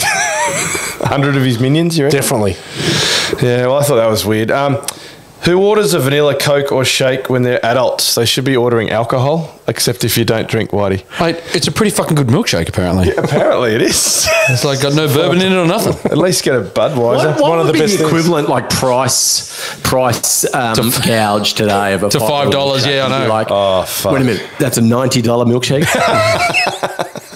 No, well, you That's bourbon in it or nothing. Like, well, yeah, that's $5 now. You'd be like, sweet, I've Yeah. got 3 of them. yeah. Fabian, the French girlfriend's freaking annoying. He annoys the hell out of me. I'm going to get to Fabian. I'm going to go deep on her. Cool. And the last one is, look, I love Quentin Tarantino as a writer or director. He's not an actor. His acting, I think's ordinary. I actually don't think he's that bad as Jimmy. I actually don't think he's that bad as He's Jimmy. Tom Hanks good in this movie. No, That's how I bad he think is. he's playing... He's supposed to play that annoying role. Oh, he's fucking annoying. He's not a great actor, I just agree. thought in this though he's quite full on from what I remember him being, and he sort of gives a lot of shit to them, and those two I don't really think would be the type to like. But obviously, Vincent he's doesn't got like them it. under. He's got them under a fucking bit of a. You know, if he doesn't help them, then they're fucked. I just think he completely overacts. I think he's just overacting. I don't know. Don't fucking Jimmy me, Jules. Don't Jimmy- I buy the coffee. I know it's good. You got a problem? You got to call your people. That whiny. They look like a couple of dorks. That's me done. Okay, Daniel, bad. Yeah, I agree with Strangles on the acting thing. I just don't think Quentin can do his own dialogue. I think his dialogue's excellent, but don't fucking Jimmy me, Jules. He struggles with his own writing. So I think any other actor in that would have handled it a lot better. Not Zoe Bell. Zoe, yeah, maybe him and Zoe Bell are the two awful exponents of his own dialogue. Yeah. But I also thought that the white guys, Jimmy and Lance, in here, their use of the racial epithets throughout sounded too forced and a bit more, I don't know, shock value-esque. Like, I don't know that they would have been using their N-words as with as much abandon. Obviously, Jules and Marcellus and all of the African American characters. It just sounded a bit on the revisit. It was like, okay, that's super forced. I'm not sure that you'd be using that in the way you have. So whether that was overwritten or an attempted shock, I don't know. But it was, it just struck me on this revisit. Fair enough. Strangles, you mentioned Fabienne. She's the worst part of this movie. I know. Tarantino has a knack in some of his movies of having one character which is not in the same movie. Now, in every movie that Zoe Bell's in, she's the worst part of that movie. Right? I like Zoe Bell too. I think she's fantastic, but she's always tonally not even close to where everyone else is in the movie. Death Proof, she is a standout bad. In Hateful Eight, she's standout bad. In Once Upon a Time in Hollywood, she's standout bad. And in this movie, it's Fabienne. Now, the fact that she's his loyalty to who he loves, for sure. It's my movie for sure. I love her. She's going in. Absolutely. I got no dramas with that. I got no dramas with loyalty. But mate, to the detriment of your movie, you could have put anyone else in those roles, and it would have been 10 times better. Automatically. Fabienne's character is so bad, is so poorly written. She in terms of the bloody checklist thing that we do, Morgs is fucking whatever we call that. I forget. We haven't got there yet. I think that is, she is the person who is so interested in another movie. Like the whole. Yeah, and don't get me wrong. There's some parts that are funny. Can you give me oral pleasure? Will you kiss it? Or you first? There's some funny parts, but the rest of it is so grating. And seriously, how she forgets that fucking watch? If it's that important to Butch, how she forgets that fucking watch? I don't know. I'd leave. I would have just not gone back and just left her. She must be very good at something. She's the most annoying girlfriend you could ever think of. She must be very good at kissing it. She must be very good at kissing it. Yeah. That's all I can say. Yeah. No teeth. Yeah. The only other thing I can say is you said smoking inside. Smoking inside is heinous. It is the worst thing ever. It is the shittest and worst thing ever. Didn't you love it when you were in the pub and the smoke was down to your waist? It was the best. I go home and have to have 4 showers and burn my clothes.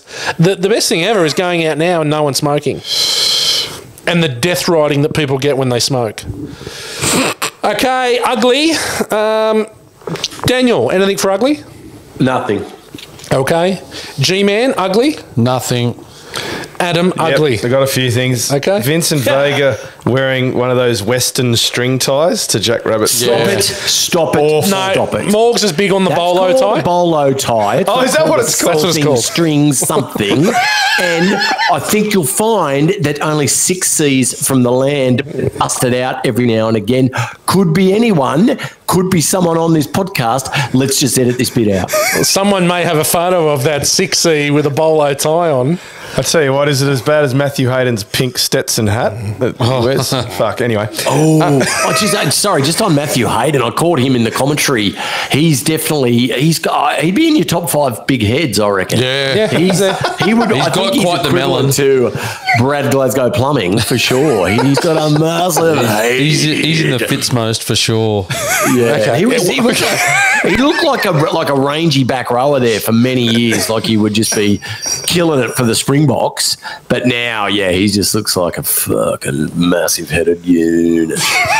Okay, Strangles, what's next on ugly? Because I'm such a fashionista, I'll keep going with the get-up. Butcher's poo brown suede jacket with the elastic at the waist. Yeah, right. Yeah. Ugly as fuck. And also it had the high shoulders, do you know? That very 80s padded women's jacket. Yeah, like a padded jacket. NFL.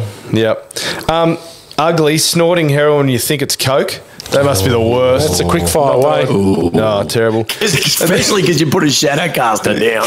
You're just like, hang on a sec, no one's around. There's a massive bag. I think I'm just going to make his rock. Get the chaff bag on. He's not going to notice. But hang on a minute. How Old bubble nose. But how dumb is she? How dumb is she? It's quite obvious he's on heroin. Well, it's not coke. It's quite obvious it's not cocaine if it's in his pocket, if that's what he's on. Fuck. And he would have been smashing the piss if he was on coke at Jackrabbit Slims. So, lastly, Zed when he's drumming his fingers on the gimp's head. I think that was two this awful. time. Yeah. Look, and so I'll slide into that. Ugly, I've got Zed and the gimp. I find, and whilst it's an incredibly powerful scene, and them kicking the door shut and then hearing what's going on behind is frightening. But fuck, it's ugly. And it's so that grim. music now is just like exactly. But you know what? Is it the first time we've seen, apart from Squeal Like a Pig? It's probably the first time in a cinema I've seen male rape. And it was so confronting and so brutal. Gag balls, the whole thing. Mate. But so well done. It wasn't as bad as the one in Snowtown, though. That was No, but that's later on. Oh, my God, that wrestle. On the kitchen floor. with his What a brother. movie that I've is. told, That's- I've told the story of Snowtown. I turned it off 4 times in the first 30 minutes. And then had to force myself to get through it. It is fucking you need to brutal. watch it till the end, but yeah, that's... No, I've watched it. I've watched it to the end, but it took me 5 times. Thanks, Dan. I can't unsee that movie. Brutal. Okay, well done, gentlemen. Really? A good, bad, ugly. We'll slide into Dan's Quickfire. Take it away. Yes, glad to have a full deck in here tonight for Quickfire. Let's start off quick with lookalike. Anyone in the Pulp Fiction film that looks alike? Again, a reminder, it doesn't have to be a lookalike with fat morgs, skinny morgs, shit morgs, long-haired morgs, big-nosed morgs. Can be anyone. Whitey. Well, okay. So where do I start? Okay. You'd make a pretty handy Lance. Yes. Yes. Okay. Yes. And also Lance, because you have been Eric Stoltz before in Mask. Okay. So we're going to keep that going. I think I could probably stop there, but I think you could almost... Fat Morgs could have been Zed's brother, right? So you could have been, what's his name? The other guy that's in Maynard. Maynard. You could have been... He struck me more as a Damien Chambers. Shout out to Damo. Hope he's feeling better. Mate of ours from school we've seen recently. Lovely bloke. Yeah, I thought with a beard could have been done. I'm really trying to be a bit cruel there. No, I just Lance. Anyone else got any for lookalikes? Yeah, look, Morgs, if you had a hair straightener, you could go, not quite Fat Morgs, but Chubby Morgs as Vincent. Like, with a bit of a hair straightener, with your long do. We have a similar skin tone as well. When he gets his shirt off, Oh, God, he's doused in the fucking hose. hell. He's I did see a ivory. bit of myself. He's like ivory. Yeah, he's pretty blue. When he's wearing that gear, he does look like you on the land a little. Like that's your get around of the chooks. They look like a couple of dorks.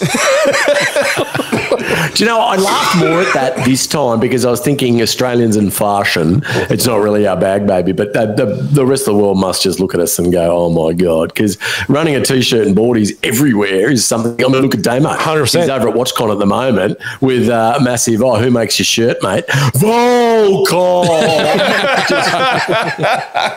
Running it over, thinking he's killing it when he looks like a dork from Pulp Fiction. He's been to the factory outlets, there's no doubt. Oh, mate, he's definitely it. He's one of the tightest C's on the fucking planet, that guy. All right, was there anyone actually that looked like anyone else that you thought of? I think we're done here, mate. Our work here is done. Next one, wax on, wax off for a scene that has passed into popular culture. I would say there's heaps. Yeah. Oh, G-Man, tell us one. Royale with cheese. Yeah, that's my number one. Absolutely Royale with cheese. Correctamundo. Correct one.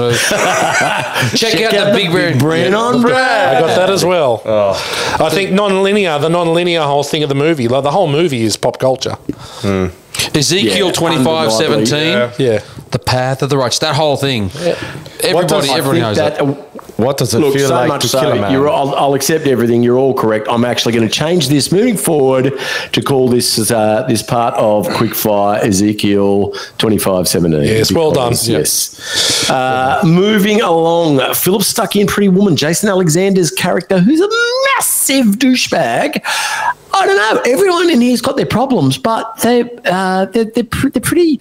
I don't know. They have a human streak. Oh, come on, mate. Zed and his brother, they don't have many redeeming qualities. No, this is true. We need to see a few more scenes to actually find something we like about those guys. He likes good motorcycles. Who's worse? Is it Zed or Buck who likes to fuck? I tell you what. That's a good question. Oh, no, I think Buck's worse. I think Buck's pretty. I think he might be worse. Like Shout out to raping the women in comas. In That's Kill pretty Bill, heavy. yeah, that's pretty bad. My name. Buck. I think the Gimp. The biggest douchebag. Can someone walk me through the purpose of a gimp? Yeah. They're all. The Gimp's a sub. So the Gimp is his whole goal in life is to be completely submissive. Yeah, right. And that's why he's there. So his goal is he wants to please them sexually, but in a completely submissive nature. So that's. How do you get into the leather suit? It's not easy. But no, well, he's there of his own accord. He's not unless it was some sort of Stockholm syndrome. He's there because he wants to be. Right. Okay. But if he really wants to be there, do they have to lock him in a friggin'? Well, that's part of it, I guess. No, that's part of his go. Like, that's what he enjoys. A bit like Trough Boy. How's he shit? In the 90s, who liked to get slashed on by everyone in Oxford Street. Yeah. This is similar thing. He's just a submissive, and that's what gets his rocks off. Is my take. I know. I mean, I'm not an expert. I was going to say, I'm a bit worried, Morgs. I love how you threw in the. Well, that's my take. I think at the end of Daniel's on his business card it says BA of Gimp. I do, yeah. Look, it's definitely a hobby of mine to look into it. But I think that he's the Gimp is unlike the two caught in the fly trap. He wants to be there. Fair enough. Okay, all right. I don't think there's many dicks. I had Fabienne, but she's coming next. Yeah. I'll accept them both. There we go. So next up, the cast of Caddyshack for an actor or entire cast in case of Caddyshack who aren't quite sure what film they're in and tonally are completely off the planet compared to everyone else. We mentioned old mate QT that Strangles and I don't think he's that much chop in the acting stakes, but he's probably not the standout here. Whitey, who did you It's Fabienne. Yep, it's probably the easiest choice in any movie other than Caddyshack, which is everyone. It's how it's written on the page. So Quentin Tarantino, the other thing we know about him is that he is notorious for not allowing ad-libbing on his set. So the most famous ad-lib for him is, I shot Marvin in the face. So the original line was, I just shot Marvin. And John Travolta actually added in the face for the comedic beat and crushed it, and Quentin allowed it. But usually he's like, no, you read it as written on the page. So that's why I'll give Fabienne a pass, because she had to work like strictly within what he was written. Gal, what do you reckon? There's so many sort of offbeat characters and different parts of this movie. It's hard to say someone doesn't know their role in this, I guess. Like anybody with those, I don't think there's anybody to me that sticks out as going, well, you're really out of it. No, I'm with you. I think Jimmy Strangles. Anyone else you noticed that you thought, fuck, mate, come on? No, I just wrote French girlfriend. So I agree with Fabienne. Yeah, no, she's definitely divisive, so I will accept it. Moving on, Olivia Newton-John, rest in peace, for a cartwheel at the pep rally in Greece, also starring John Travolta, for a particularly pathetic show of athletic prowess. Was there anything in Pulp Fiction that was also a bit mongoloid, Fabienne? Anything else you guys saw? I don't think there's any sporting prowess in this movie at all. Oh, look, I mean, the dancing, I'd see Mia's dancing. Everyone's like, oh, that was pretty good. I don't know. She was pretty repetitive. She came back to her moves pretty quick. She's standing opposite one of the greatest film dancers of the century. It's all right. Okay, I'm not going to say that she's ONJ, but I think it's difficult in this film. It doesn't really show off a lot of athletic prowess, strangely enough. So I think, though, shooting is an Olympic sport, and the guy who tried to shoot Jules and Vincent missed. So I think that was poor shooting. Yeah. Pretty bad with a hand cannon. Yeah. He looked like Jerry Seinfeld, that guy. I'll accept that. Strangles, I think that's a great call. I think shooting is a sport. Michael Diamond will attest to that. Certainly will. Our Olympic gold medalist. And I will accept that. Definitely good call. Robot Sentries. First up, Strangles, where do you sit on Aliens, the movie? Go. Great movie. Yeah, love it. Oh, absolutely love it. Excellent. Yep. We had the Plummer lick outs in here the other day. And he hadn't seen it. I might have seen it. I don't think he'd seen it. That was a fucking letdown, William. Will, mate, I'm one of your biggest fans, and that wasn't. I would have edited that out just to save face for you. But in the director's cut of that particular movie, they add some scenes. One of them is the robot sentries, which shows us what predicament those space marines are in because of the thousands of xenomorphs that are coming to get them on the base there. Did we need to know anything more about any of these characters? Obviously, Zed and his mate. It would have been nice to see if they did have any redeeming qualities, but highly unlikely. Anything else you guys wanted to know about anyone? No, not for me. I think the beauty is the unsaid. I think it's acute. Quentin Tarantino does that a lot, that you just accept people for the face value and know that they're doing stuff for a reason. I think I don't want to know any more about Zed and Maynard and the Gimp. I know they're fucked up. I think you're right, Whitey. Because like we talked about the wolf, that scene, like where there's no real rhyme or reason to why the people in the room. They could have just filmed him in the room talking, but I think that's the beauty of Quentin Tarantino is he just right, we're going to have all this stuff here that just sort of plays with your mind a little bit. Yeah, absolutely. So no. So Quentin, the other thing he actually does so much background info on all of his characters. So if he was here today, he could actually tell us all we wanted to know about Zed and about why he does what he does. And I find that really interesting that he would one day hopefully release some of the notes on all of his characterizations, because it would be good to know a little bit more about these guys. But in this case, I think we're served up exactly what we need to know. And I think that the characterizations for all of them are just amazing. So we get a good sense of who everyone is. So, fuck no, don't need to see Robot Sentries. Finally, though, Whitey's Brad Pitt for the actor you'd most like to have a Ron Coot in the pussy wagon with. Matthew. Uma Thurman.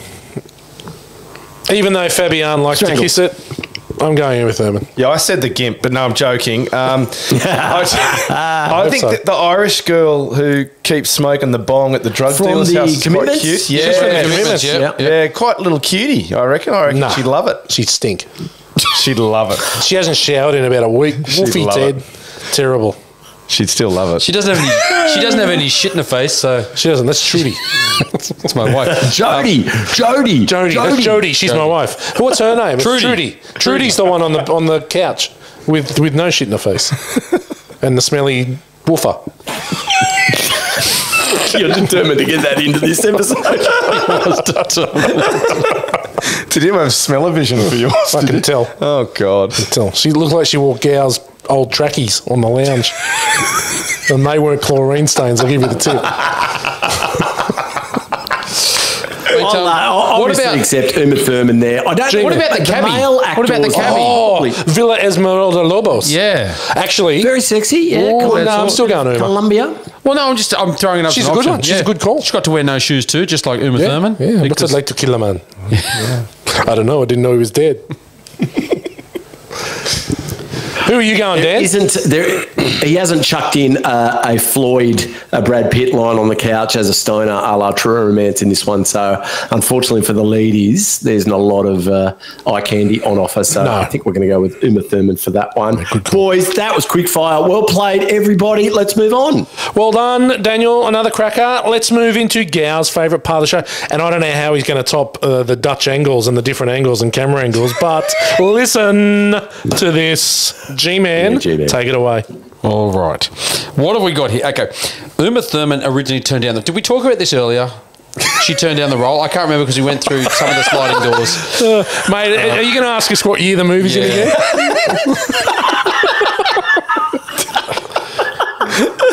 I think you did mention she turned it down, and then she quickly... I don't know this story. Quentin Tarantino was so desperate to have her, he ended up reading the script to her over the phone and convinced her to take it. Jennifer Aniston was another one that narrowly missed out on the role. Yeah, I can't see that.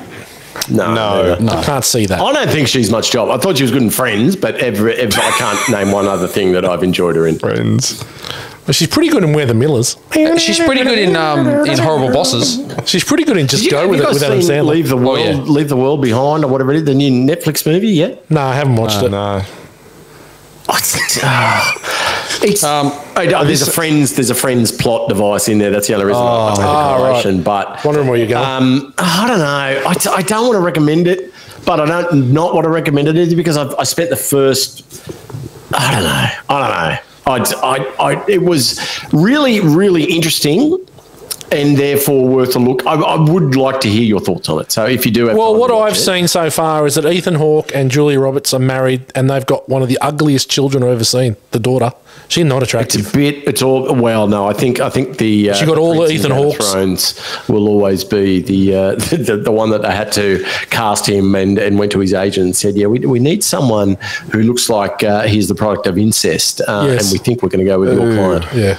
That would have been a great discussion and with him as a 14-year-old kid. But look, watch it. Please watch it, or if it's out there, watch it and let me know what you think. Matt Beer Geek, I reckon you'd be good for this.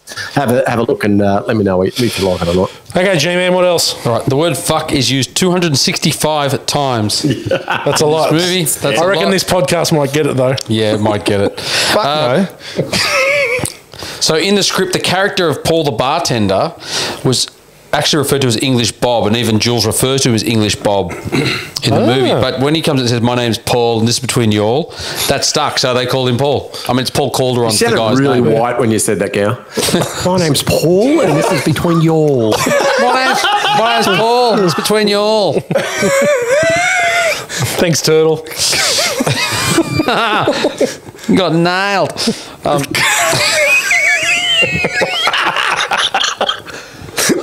I don't think he listens to the show, but anyway, continue. Just two more quick ones. The Ezekiel Bible quote was actually taken from an early draft of From Dusk Till Dawn. Harvey Keitel's character was supposed to say it when he was walking backwards down the hall facing the vampires. Yeah. And the other one was that Quentin Tarantino offered John Travolta the choice of From Dusk Till Dawn or this. Yeah, that's interesting. Isn't Massive sliding door because this revived his career. Yeah. And I'm not sure that From Dusk Till Dawn does that for him. Yep, absolutely. Is that counted in the Tarantino canon? No, because it's Robert Rodriguez. Right? Tarantino helped to write the script, though. Yeah. Right. It's a very good movie. Oh, it's a great movie. He wrote the scene where Salma Hayek. I watched it in the last couple of months, and it's not. Yeah, it was on. I saw part of it the other night. I didn't watch the whole thing. Only from the bar scene. There's some funny bits. Yeah. Cheech Marin is excellent in it, and obviously Salma Hayek is excellent in it. But not much job. What do you think of that, Strangles? You don't mind Dusk Till Dawn guy? Yeah, don't mind it. Love the first scene. The toe sucking and the absolute. Quentin Tarantino wrote that. Yeah, of course he did. Yeah. And then I didn't see the twist, so it was great. So I enjoyed it, and then I loved them blowing up vampires. Yeah, but I haven't seen it for ages. I'll shut the fuck up. Dan, you got anything for listening to this?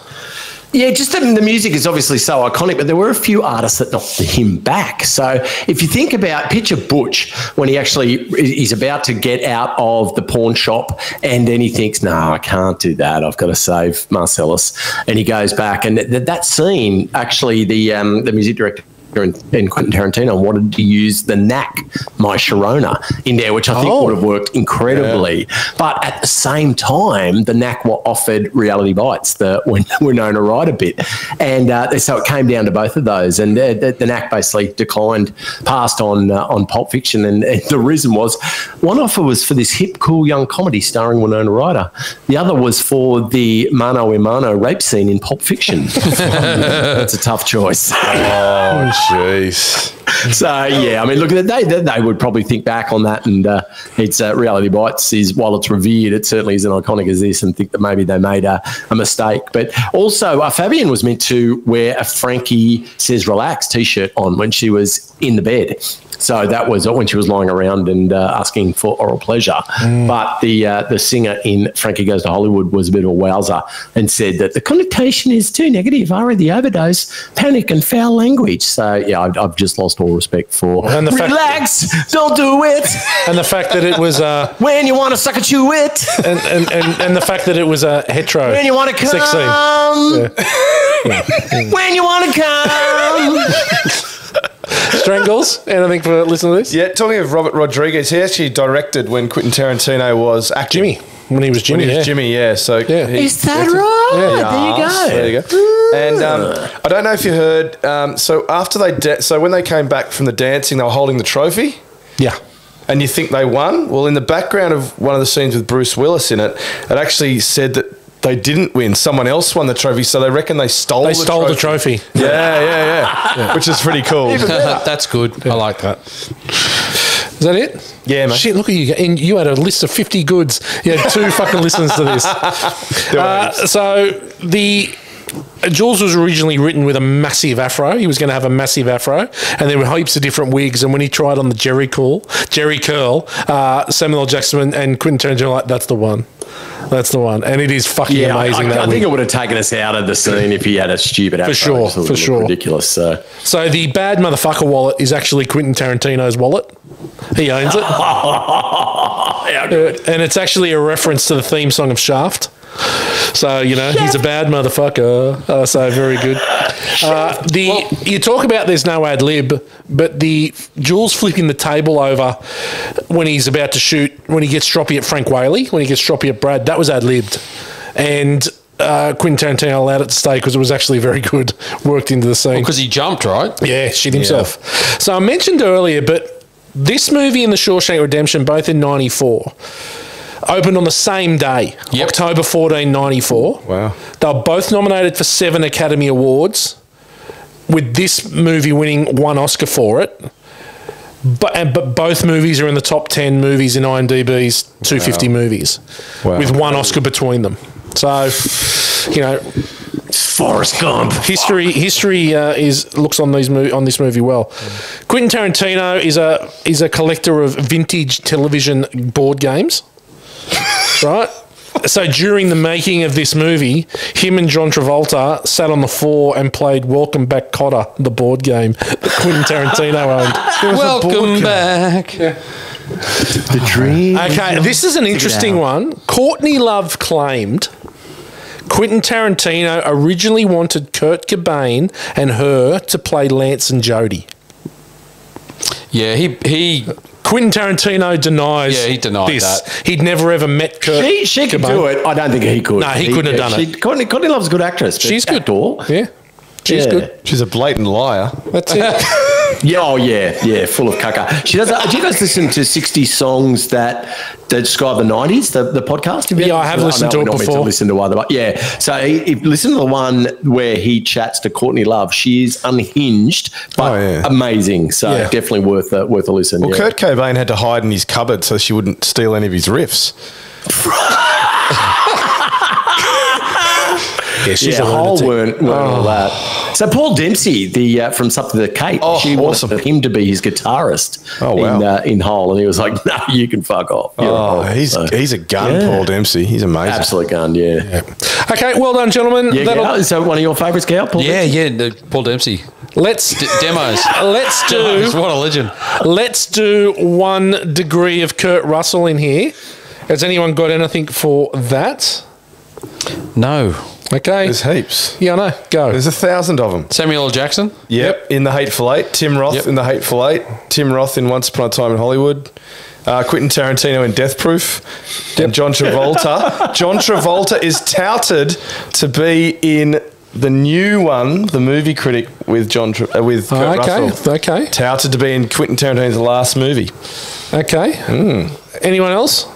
There's more. I think we covered it. Ving Rhames, Guardians 2.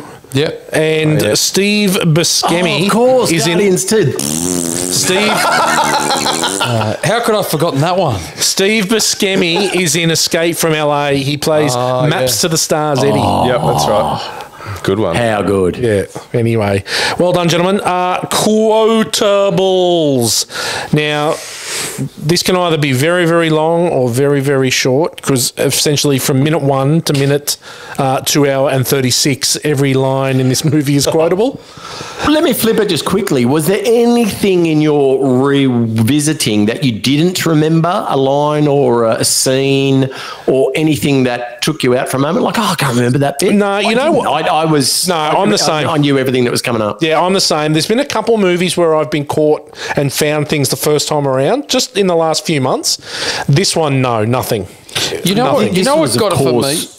Sorry. This was one of the 4 VHS cassettes at my house for sure. So I obviously watched it a lot. Absolutely. Do you know what's got me though? When I rewatched it was when they at the starting scene, the big Kahuna scene, and they shoot Brad, and then it cuts away.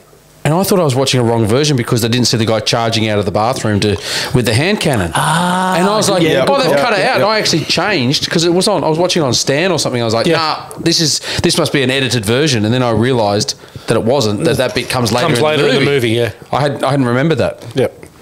I think some of the Wolf's ones, like, Pretty Please with sugar on top. Clean the fucking car. Clean the fucking car. I forgot that one. That was a great one. Yeah. Jimmy, well, I can't believe this is the same car. Well, let's not start sucking each other's dicks quite yet. Good. That I think out of a movie. I laughed out loud. Out of a movie with 50 quotes, that could be my favourite. That could be my favourite. You know, again, in the car, well, I'm a mushroom-clad lamb, motherfucker. Every time my finger touches brain, I'm Superfly TNT. I'm the guns of the Navarone. In fact, what the fuck am I doing in the back? You're the motherfucker who should be on brain detail. We're fucking switching. I'm washing the windows. You're picking up this skull. I'm Superfly TNT. Sorry. Did I break your concentration? Yeah.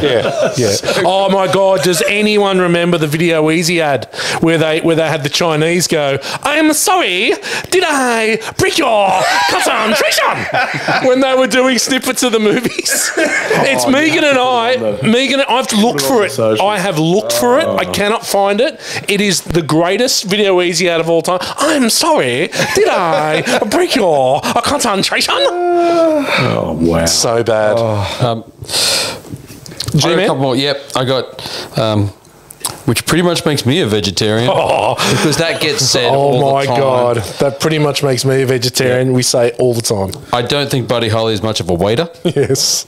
And the other one was, I'm the foot fucking master. I got my technique down and everything. I don't be tickling or nothing. One of the other iconic ones, Zed's dead, baby. Yeah, Zed's dead. It's a chopper. That's so good. Whose chopper is it? What about bacon tastes good? Oh my God. Pork chops taste good. But that whole thing. How about a dog? Dog eats his own feces. I don't eat dog either. Yeah, but do you consider a dog to be a filthy animal? I wouldn't go so far as to call a dog filthy, but they're definitely dirty. But dogs got personality. Personality goes a long way. That whole thing. Yeah. Oh, so by that rationale, if a pig had a better personality, he would cease to be a filthy animal. Is that true? Well, he'd have to be talking about one charming motherfucking pig. And that's just the genius in the writing. It's just genius. Hell. But also this one, which is very subtle. After Butch saves Marcellus, Butch, you okay? Nah, man. I'm pretty fucking far from okay. Oh, so good. Yeah, mate. There's 12 million quotes. I think we've hit a couple of the good ones. And, of course, how could we forget the Captain Coon's monologue about the watch up his ass?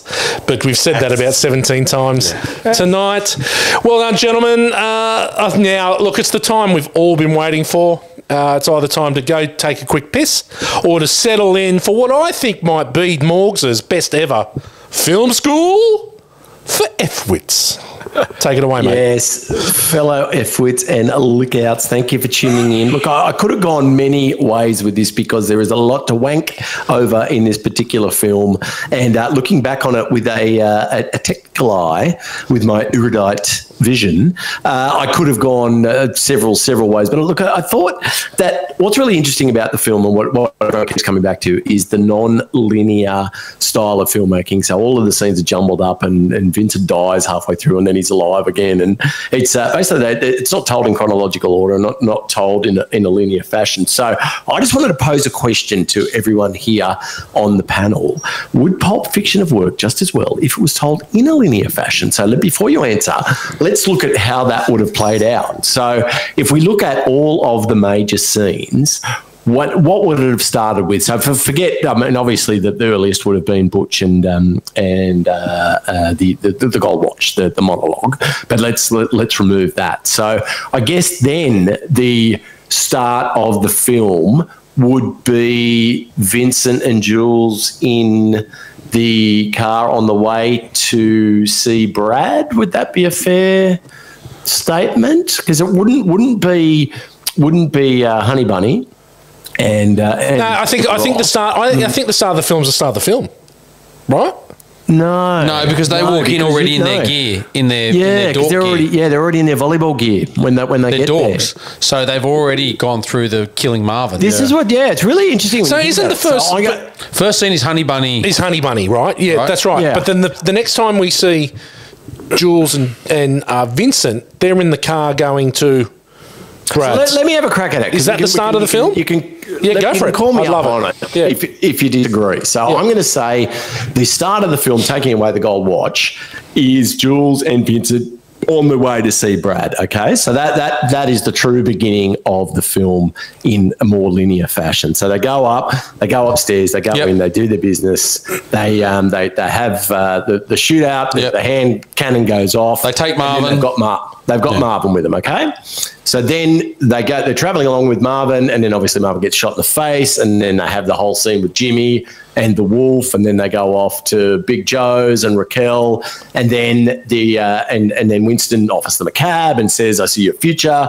Offers them a ride and says, "I see your future." And then they go off to the diner, and then that is where it converges with them and Honey Bunny. Roth. Now, so then that whole scene happens, and then Jules is over it, right? I'm done. I'm out of this. But then they're actually in their volleyball gear when they walk into the bar where my name's Paul and this is between you all. So that must happen directly after they give he gives his $1,500 to Tim Roth. Yep. And then they walk out of that. Now, again, this is my take, but pull me up if you think that I'm missing anything. So anyway, they go into the bar, and then it's Butch is overhearing what's happening with that's Vincent the Palooka and scene. Marcellus. I think you heard me, Punchy.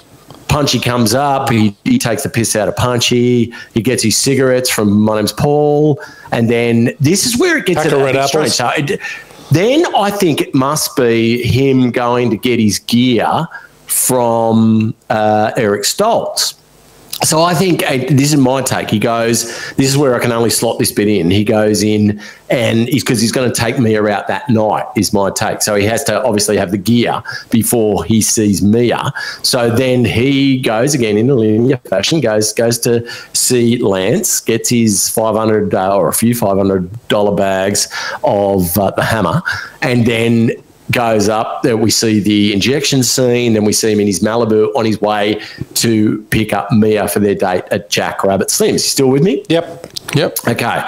So they do the thing at Jack Rabbit Slim's. Obviously, all hell breaks loose when they get at home. She overdoses. They go back to Lance's. That all happens. Gets stabbed in the chest. The adrenaline scene, which doesn't work, by the way.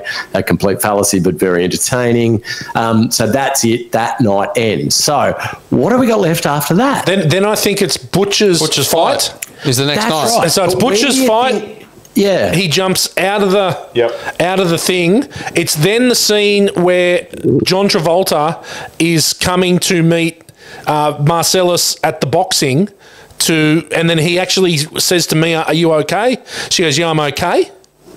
And then they have that little and then he has the fight, and then I think Vincent from there goes to Butcher's place, Butcher's house, then from there, it's the Butcher's at home with Fabian. He licks her on the box. She sucks his dick. They have a shower. He's a mongoloid. She falls asleep. He then goes back to his apartment where Vincent is.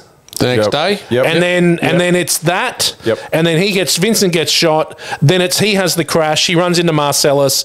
Zed's dead, baby. Zed's dead. That's the end of the movie. Yep. That's the end of the movie. Exactly. That's the end of the movie, That's exactly my take on it. Boys, would you agree with that? 100%. Yeah. Yep. So I would love to see that fucking movie. I think that movie would be incredible. Yeah, I think that movie still has the exact same script. I still love the characters. Sure, it's not as you don't have the oh wow moments of, well, how is John Travolta dead? No, why is he back? Which is awesome and a brilliant plot device. But I would argue that's still a bloody great movie and entertaining and groundbreaking for that time.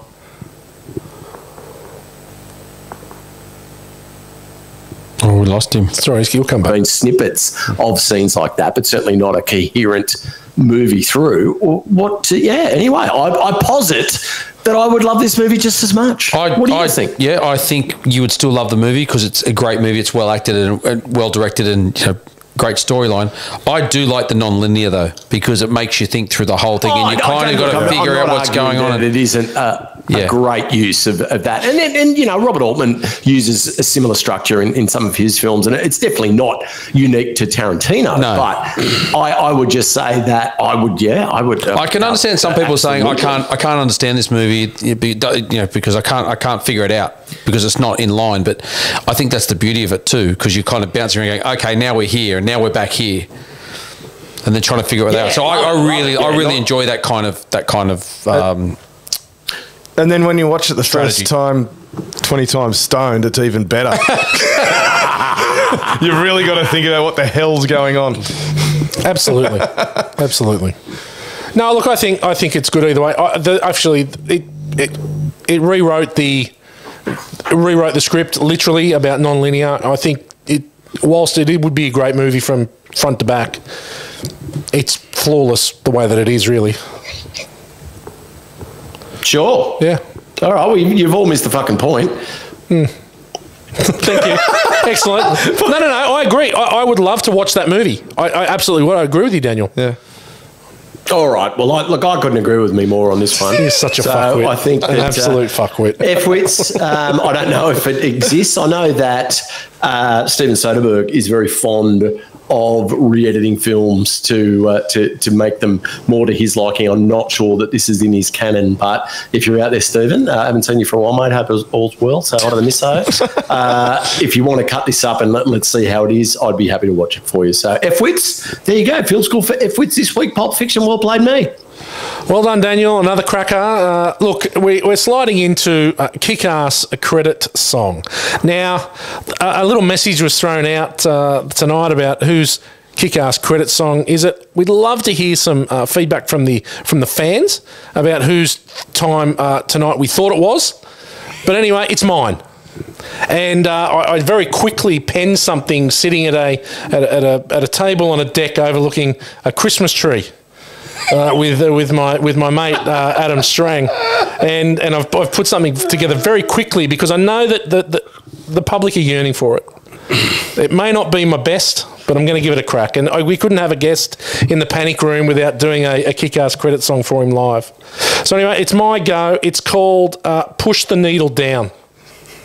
Okay, and it's probably going to sound very similar to most other kick-ass credit songs that I sing, but I'm going to try and change it up.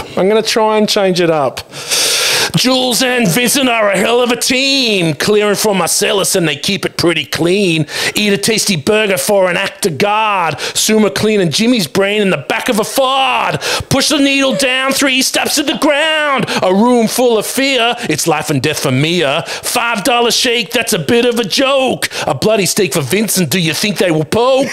Jules is gonna walk the earth like Kane from Kung Fu. He's a bad motherfucker in a quandary or two. Push the needle down 3 steps to the ground. A room full of fear. It's life and death for Mia. Nice work. I love it. That was written in 5 minutes. For a true 5-minute song. That was a 5-minute song. Yeah. That's so good. Adam, watch me the creative process. Yeah. 2 chords. The creative process. That's it. 2 chords. I'm saying a quandary is an underutilized lyric. That's in Western music. That's it. Well done. That's it. Quandary. He's in a quandary or 2, actually. So anyway, Not just one. no, he's in a quandary or 2. Multiple quandaries. Well, there's nothing worse than a multiple quandary. All right, now. Is there a plural for quandary? Yeah, quandaries. Quandry. Quandry. It's a quandry. Quindry. It's a quandry. Okay, star of the show, and we will start with the guest. Adam, who you got for star of the show? I really struggle with this because there's so many. The obvious one's obviously Quentin Tarantino, and being my favourite film, that could have been easy. But I just loved Samuel L. Jackson, his role, how he played it, his monologues, just the way he would dance between his speeches and dialogue with John Travolta. So for me, and for me as well, this is his breakout role. So Samuel L. Jackson for me. Good call. Very good call. Daniel? A close second for me, for sure, Samuel, but I can't go past Quentin. I think that he just followed up on his original Reservoir Dogs film and just hit it out of the park with a screenplay that is still groundbreaking today and is still copied more than any screenplay amongst young filmmakers. It could be argued, certainly in that crime genre. Quentin, it's all yours from me, baby. G-Man. Yeah, Quentin for me, he's, look, the whole thing. I really love the dialogue between the characters. I think it's so well written, but that then again comes back to Quentin. So just remember watching this and thinking, what a fantastic movie and so well done. So yeah, Quentin for me. Okay, you're out on your own here, Strangles. I'm going to go with Quentin Tarantino with Samuel L. Jackson a very close second. He changed the world just like that. Thank you, Quentin. You are the man. Pulp Fiction was an amazing rewatch. It's a movie that is timeless. It's obviously very fond for all of us here, and we're going to get to that point of the show where we put our balls on the line with the rank bank. Got a few options here for us. Let me know what you think. Royales with cheese. Bad motherfuckers. Annoying pot-bellied girlfriends. Choppers. Red ball gags. Acts of God. Honey bunnies. $5 shakes. Foot massages. Punctual hitmen. Chest-piercing needles. Now, the fact that I have got triple the amount of options than any other movie we have ever done, it was just a testament to the film. What are we thinking? Can I step in here? Royale with cheese, I think, for me. Okay, that's a good one. It's iconic. I'll accept that. Yeah. G-Man? Let's run with Royale with cheese. Very iconic. I think red ball gags. Yeah. I laughed myself writing that one down. But anyway, it's Royales. Are all ball gags red? I think they may be. Well, red may be redundant in that. So you think it's just ball gags? Yeah. Is that your take, Morgs? Okay. This is just that's my take. Yeah. This is he's also a BA of GIMP and ball gags. My take. Submission and Your you porn search history. Okay, so let's look at what we're going to get here. We'll start with you up on the land, Daniel. How many Royales with cheese are you giving Pulp Fiction? Look, I can only give it 5. If I could give it more, I would, but it's a 5 every day of the week. This is, without doubt, one of the better films that we have had the pleasure of chatting about and dropping calls on Gow about for the last couple of hours. So, yeah, it's a massive 5 for me. When Strangles adulated prematurely at the start, I thought this could actually be the quickest podcast that we've ever done. If we all just went, that's a 5 and we're out. See you later. Yeah, exactly. 5 from me. Okay, Strangles. Can I give it 10? You can, but you can give it 10, but I'll probably only put 5 in there, right? 5. It is my favourite movie ever, and it's one I'll watch every year, and just brilliant. I'm lost for words now. It's just that good. I love it. G-Man. Yeah, geez, it's a good movie, isn't it? It's hard to disagree with you guys. This is interesting, Gow. You know what the scores are, so this hinges on you. No, I don't know what the scores are. Okay, let's do it. What scores are you talking about? Tell me what are you gonna give Pulp Fiction here? Is it a 5? I don't know. Yeah, it's a 5. Oh, the G-Man. Okay. It's a 5. It's a perfect piece of cinema. And it's going to be one of the very rare 5s that we have. G-Man, where's that going to put Pulp Fiction? Well, I can't see it being anywhere but the top, just quietly. But who's it with? Tell you what, it's up there with Star Wars at 5 power converters, and of course Goodfellas at 5 shine boxes. Just above 4.86 chest bursters for Alien, and just above LA Confidential as well. Yeah. And rounding out that top 6 there, Morgs, is Lord of the Rings, The Fellowship. I mean, look, as far as all the movies I take the piss out of you guys loving, I don't mind Lord of the Rings. I will never watch it again. The one and done that I did. They're just too long and too shit, but not shit. Like, they're fine. But yeah, nothing like the Marvel things. I don't mind Peter Jackson. I think Peter Jackson's amazing. I might have another beer. Well done, gentlemen. We don't give away our 5s lightly here on Born to Watch. So, a perfect film and in very, very good company. And to be honest, Alien, it's probably been stiffed at 4.86. It could be a 5 as well. But that's just the way it rolls here. If you loved Pulp Fiction, what are you going to love? Do we just say any other Quentin Tarantino movie? Yeah. Is that where we land here? It's hard to find, like, there's films that I really like Drive, which good call. Not, tonally not similar. There's no real bright spot in Drive, but I like watching it and I'll go back to watch it. But it's hard. They're so unique, Quentin's movies, that it's if you want that experience, it's hard to go out of either ones that he's written or one that he's written and directed, for sure. Yeah, I agree, because you can look at non-linear movies, but it's really hard to get out of the whole type that he does. Yeah. And when you think of anything that's similar to this, you're thinking of something that's Quentin Tarantino. Absolutely. You happy with that? Reservoir Dogs, yeah, absolutely. Yeah, 100%. That's what I had written down. True, man. Yeah. It's probably one I would say if you're new to his universe, and that was one he wrote, but Tony Scott directed. That is definitely a similar style and great movie.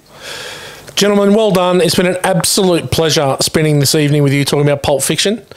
This is our last show for 2024. We're our last original show. We shall be re-releasing our Love Actually episode next week, which will just take us after Christmas as we have a little week off. And then we'll hit the new year running. Keep on in touch with the socials to find out what's going to come up next. We're probably going to do a couple newer movie reviews. Might hit Wonka with Damo. And I know the Purple's been hassling me to do something, so maybe we can do Wonka. I know that we're looking forward to having a little bit of a downtime. Strangles, thanks for joining us. Thank you so much for having me. Had an absolute ball. You had a lot of fun. Great to have you on here, mate. Thank you. Added a lot, mate. Well done. Thank you. For a first crack at Born to Watch. Well played. Daniel, looking forward to seeing you after Christmas.